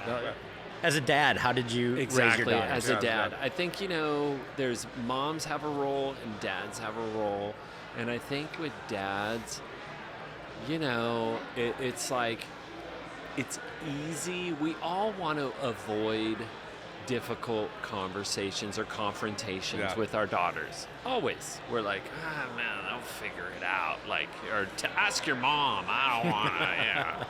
But, I think there's certain things, yes, moms handle it, but there's certain times where dads need to you just need to be true to yourself at the end of the day, even if there's a tiny bit of flaws in your own Delivery? makeup and your delivery. Like I fucked up a lot when I was young. Ramos's ramp, like we talk about our whole history together, dude. That was like, I mean, come on, like we were fucking delinquents. Yeah. For the most part. For sure. Yeah. And we did stupid shit. So you bring that to the conversation with your daughters, and you're like, look, I fucked up a lot, or maybe a little, or maybe not at all as a dad. Maybe you're the perfect dad, whatever. But at the end of the day, I think if you're just true to like who you are while you're talking to your daughter, and if she wants to do something stupid or crazy and you think it's stupid and crazy, and that guy, what are you talking to that guy for? He seems like a jerk, and you don't really know him. You're like, oh, he seems like an idiot. Like, I don't know. You kind of got to let, like we did, you kind of got to let them fall down, and then you're there for them when they got to get back up. No matter what, they fall down, you are the first person there to help them get back up. And that's, at the end of the day, I think daughters will be like, well, I know the man I can, the man that I can always rely on is my dad. Yeah. No matter how bad shit gets in their life, and their teens, they're 8 years old to teenagers, to even now, my daughters are 25 and 27. Like, shit gets tough, they know I can call my dad and he can help me out. Whether it's like, I think that's powerful. my car broke down, or this guy's being a jerk, or I had a bad day at school. Like, the dad is the one that's gonna help keep them like grounded, Right. because you're gonna be chill, and you're not gonna be like, well, why would you do that? You screwed up, you know. Yeah. And then they should look for they'll eventually look for the guy that does the same thing Correct. for them. That's going to do that for their kids. Right. Yeah. So if you truly want to be that dad that's always there, what you're really doing is setting your daughters up to look for someone who's got qualities that you bring. Yeah. At the end of the day, you want them to look for a guy that's as solid as you are with your good qualities, you know? And so, have I done that? You know, I've tried my best. I don't know if I'm like, you know, no dad is 100%. I think like we all have our flaws or whatever. Look at us. We got fucking beers all across the table. Like, come on, We're having girls, fun. come on over. Like, no, stay away. This is dad's only, you know? Like, there's certain things where you're just like, you know, no, you know? Yeah. But I think at the end of the day, if you're just true to yourself and you project that onto your daughter with love, you're good to go for life, you know? Well, for sure, it's a beautiful thing what you guys have done with your family and how you. It's amazing that you were able to incorporate all your experience, you know, with design and, like you said, building the websites and all that stuff, and obviously your whole family is wildly creative, and incorporating your daughters into it, and yeah, it's amazing. Thank you. Seriously. Yeah. I mean, it's not easy, I'll be honest. Like, Yeah, we've for sure. definitely Yeah. had our friction. Yeah. Like, If it was easy, everyone would be doing it. everyone would be doing Right? it. Yeah. But guess what? But It ain't. The fact that family you guys family's prevailed. challenging. Yeah. Family is challenging. Business 'cause- is challenging. Family is challenging. That was Right. my point. Like the fact that you put them all together, and then it's very it- risky. We go back to Yeah. skateboarding. Very risky to very do for risky. sure. And I took that risk. You know, it's interesting. This is the beyond vert situation. You just This got. is like I'm Yeah. literally Hey, inverted. could I actually maybe just flip on this wave of this beyond vert and Yeah. make this thing work? I think, you know, it's interesting listening to your story and then kind of our experience too, but it like comes back to like the collaboration of a variety of different things, you know, creativity. Like if you're not being creative in business, it's Right. going nowhere. Yeah. And people don't think business as creative. Oh, that's the marketing people. Yeah. No, it's everything. It's everything. It's everything. Yeah. So it's incredible that you've taken it from from skating to design to this family business Right. Yeah. and this lifestyle. It's incredible. Yeah. I'd love to see some of these Okay, cases, and I so- know that you brought some cases that are for older phones because you're being nice to us. Yeah. So these aren't all Yeah, the new because designs. Marie, my wife, is still on the XS. Okay. And What do so you, is Anna, my wife. And yeah, Jeff? What do you have? we. I have a 13 Pro, and my wife has an XS. Yeah. Do we have to bring this up? I feel like we're going to get in trouble. John, Sorry. do you have a better Okay. phone than your wife? I do, 13 Pro. unfortunately, Yeah. Oh. 13 Pro. 13 Pro Thank for you. Jeff. Okay, so I did bring a bunch of XSs. You told me XS. Yeah. My wife and Jeff's wife, Anna, they both have XS. Oh, Yeah. your wife too. Okay, Yeah. well, That's why. all right. And I know Michelle. Who has a 12 Pro? Michelle doesn't want us. Who has the 12 I think I'm the 12 Pro. I'm the 12 Pro. Oh wow, this is the most. Oh, yeah, that's so you. Does that work? That's amazing. John, show your camera. This Show- is my current one. Yeah, dude, that's sick. Yeah. Which is amazing. like I get that. a lot of compliments on this, and then I get a lot of people like, "Why is it pink?" And I'm like, Because it's pink is cool. wildflower." Well, you know what's kind of cool about that? It reminds me of the can design. It does. It's very Sabro. Yeah, you got then a this little is, Sabro. This is amazing. That's Flames. perfect You for gotta you. have some Yeah. blue flames. Some flames. And XS? Yeah, my wife has excess an is excess. So- Marie and Anna. Okay, Marie and Anna. So here's Marie's. Oh, that's super Marie. Shrooms. She should be microdosing For your wife? on, Oh, on that's- mushrooms. That would be super helpful. She microdosing on mushrooms? She should be, I said. She should be. All right. Good job, Marie. Microdose. That's for Oh, Marie. that's for sure it, Marie. Oh, Mushrooms for your wife. excellent. She maybe should start microdosing.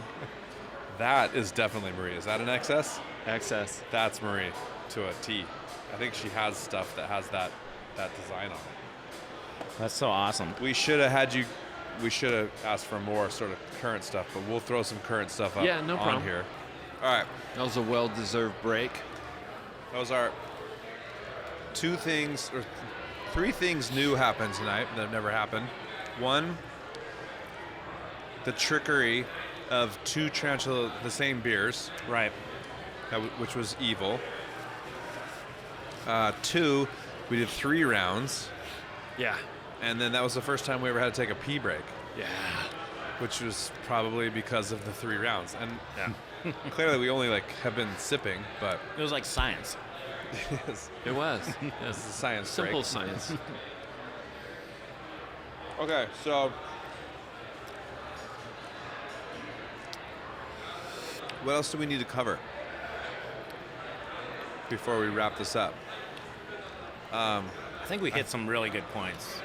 We did. I enjoyed this Yeah, it was amazing. immensely.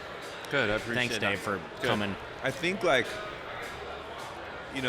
we covered all the bases. I think the one thing that I think to wrap it up, we could probably hit here one last thing. I was trying to kind of go there with sort of maybe kind of get like an organic, and I think we did get a lot of organic information as in regards to the tool thing that I was alluding to. Dude, do you say Tool, bro? I can't Tool, help but bro. think of fucking Tool. The band Tool? The band Tool. I'm good with that. Like, Tool is... Tool could be the theme song. If we could afford the licensing, it would be a Tool song rather than an Dude. OPM song. We'll just the have him. pot. We'll just have If him you on can the show. just use the Yeah. pot. Yes. Who are we? But specifically, and I don't know if you thought about it. You can bring it up. But one of the kind of was just in the conversation in that part that we were just talking about, one of the kind of tenets or one of the chapters I think of the Tool book for me is. And I'll just throw it. It's somewhat random, but I'm going to put it out there and see if you have some insight on it, both of you. One of the things that is reoccurring in this concept for me is that, and I know it's not like a popular concept, and I don't know why, and I would love to keep diving into it. Just say it, John. Tell us what Okay. you want. Okay. This is good build-up, though. I like it. I totally eat up build-ups. Like, I sit and wait. I'm like, ooh, this is going to be good. Ooh, this is a good one. People don't like it when I say My wife's like, "What do you mean you don't read the preface of the book?" I'm like, "I don't want to read all that crap." Yeah. No, I'm just joking. People don't like it when I say this. Uh oh. It's not a popular one, but it's science, and we are one of the great apes, right? That's science. That's a scientific fact. We are an ape, and a cute word for apes is monkeys. Like, we're monkeys. Okay. And this is one of the things that's very important. And I think that because we, are one of the smartest animals on the planet, and we do all this stuff. We build amazing things. We make stainless steel containers that can ferment beer, and all the amazing things that we do. We make airplanes and spaceships and blah blah blah. We'll But probably it- kill ourselves before ants do, but okay. Yeah, but at the end of the day, we're a monkey, and because we're so smart, we often steer so far away from the fact that we're basically just a monkey, and at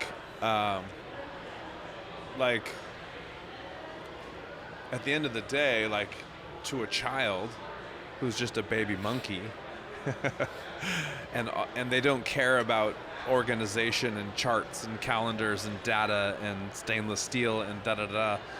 They don't care about what's happening on a cell phone. They don't care about their iPad. They don't care about TikTok. They don't care, like, instinctually, you know what I mean? Like, there's monkeys. They just want... So beautiful. They want to crawl around on your head and have you scoop them up and monkey them and love them and hold them and connect in some other way that's not like where we're all, everyone in the family goes and gets on a device, which is divisive, and we space out and become further and further apart or whatever.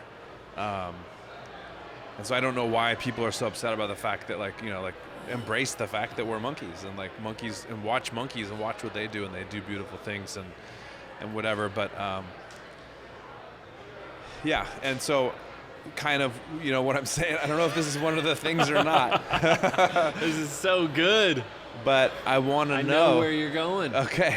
All right, well, take it for me. Dave, you take it then. Really? Yeah. You're passing off to me? Well, I don't know. I mean, like, monkeys do amazing things. Last time I was at a zoo, I saw a monkey poop in his hand, and, like, was playing with his poop. So I don't know. I mean, like, Yeah, then I've seen I mean, them. basically, you're saying, look, we're primates at the end of the day. We're, you're basically saying, look, technology has brought us to a level of distraction from the basic primate, core primate, primal. The word primal is right? very important. Yeah. So primal is like you're present, you're with your family, loved ones. If they need you, you're there. You're not like, oh, well, hold on, I need to post this real quick. Wait, someone's liking my photo. They commented on my photo. I need to respond. Give me a second. Yes. That's, primal is like, we're here, we're present, we love family, we love friends. We're all here together to do good things for each other and not be distracted. I think that the challenge with technology, the biggest challenge is, I just tweeted this. My Twitter is fire, by the way. I just tweeted this, is that today's attention is gold, right?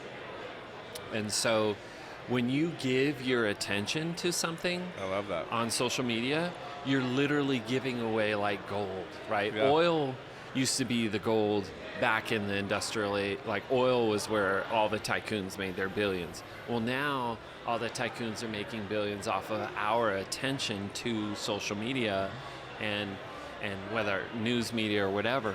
But it's like we're all paying attention to this device, and it's like, ooh, my attention is on this, and I'm gonna scroll and like, and I'm gonna comment, and I'm gonna post, and I'm gonna create my own content. And there is some good in that, but there also is some, like, you're giving too much of your gold, your attention to this thing, this device that is capitalizing and profiting off your attention, and you're not making a profit. Yeah. You're just giving your attention away. Your attention is a commodity to them. Attention is a commodity. Yeah. And you should be compensated for your attention. Yeah. And I think as entrepreneurs, I think that's the next big thing is I feel that the younger generation should be compensated for whatever they give their attention to. Yeah. Right now, they're not being compensated. Sure, you got to post the YouTube videos, and sure, YouTube will give you a compensation for the advertising revenue. But it's like, why isn't there a platform that's they're risking their time. They're risking their time, and they're like, well, I'm going to create all this content, I'm going to post it, and I'm going to get likes. So that's my revenue is likes, which is ego saying, cool, I got X number of likes today. I feel better, or I didn't get a lot of likes, so I don't feel great. Or someone commented something great, or someone said something not so great. But I think the flip side is, like, technology isn't bad. Technology is good. It's how you use the technology. Right. If I was a caveman and I found fire can be used to warm me, to cook my food, but it also could burn everything down. So that was their technology at the time. Exactly. It can be used in a good way. It can be used in a harmful way. You have to be careful with it. Exactly. With our phones, with our technology, Yeah. we have to use it in the proper way to use it in a beneficial way. But we also have to be aware that it can also be used in a bad way. Yeah. Yeah. That said, cheers. Cheers, gentlemen. Great Back to the conversation. Sabro. Sabra. Sabra. Dude, that's back in the 80s right there. Love it. Thank you, Dave Carlson. Thank you, man. That was I awesome. appreciate you guys having me. was This was awesome. really, really great conversation to have. Yeah, and it was fun. And, it was cool. I Great appreciate experience. Great beers, by the way. Thank you. Appreciate Thank your you. time, man. Absolutely. That was awesome.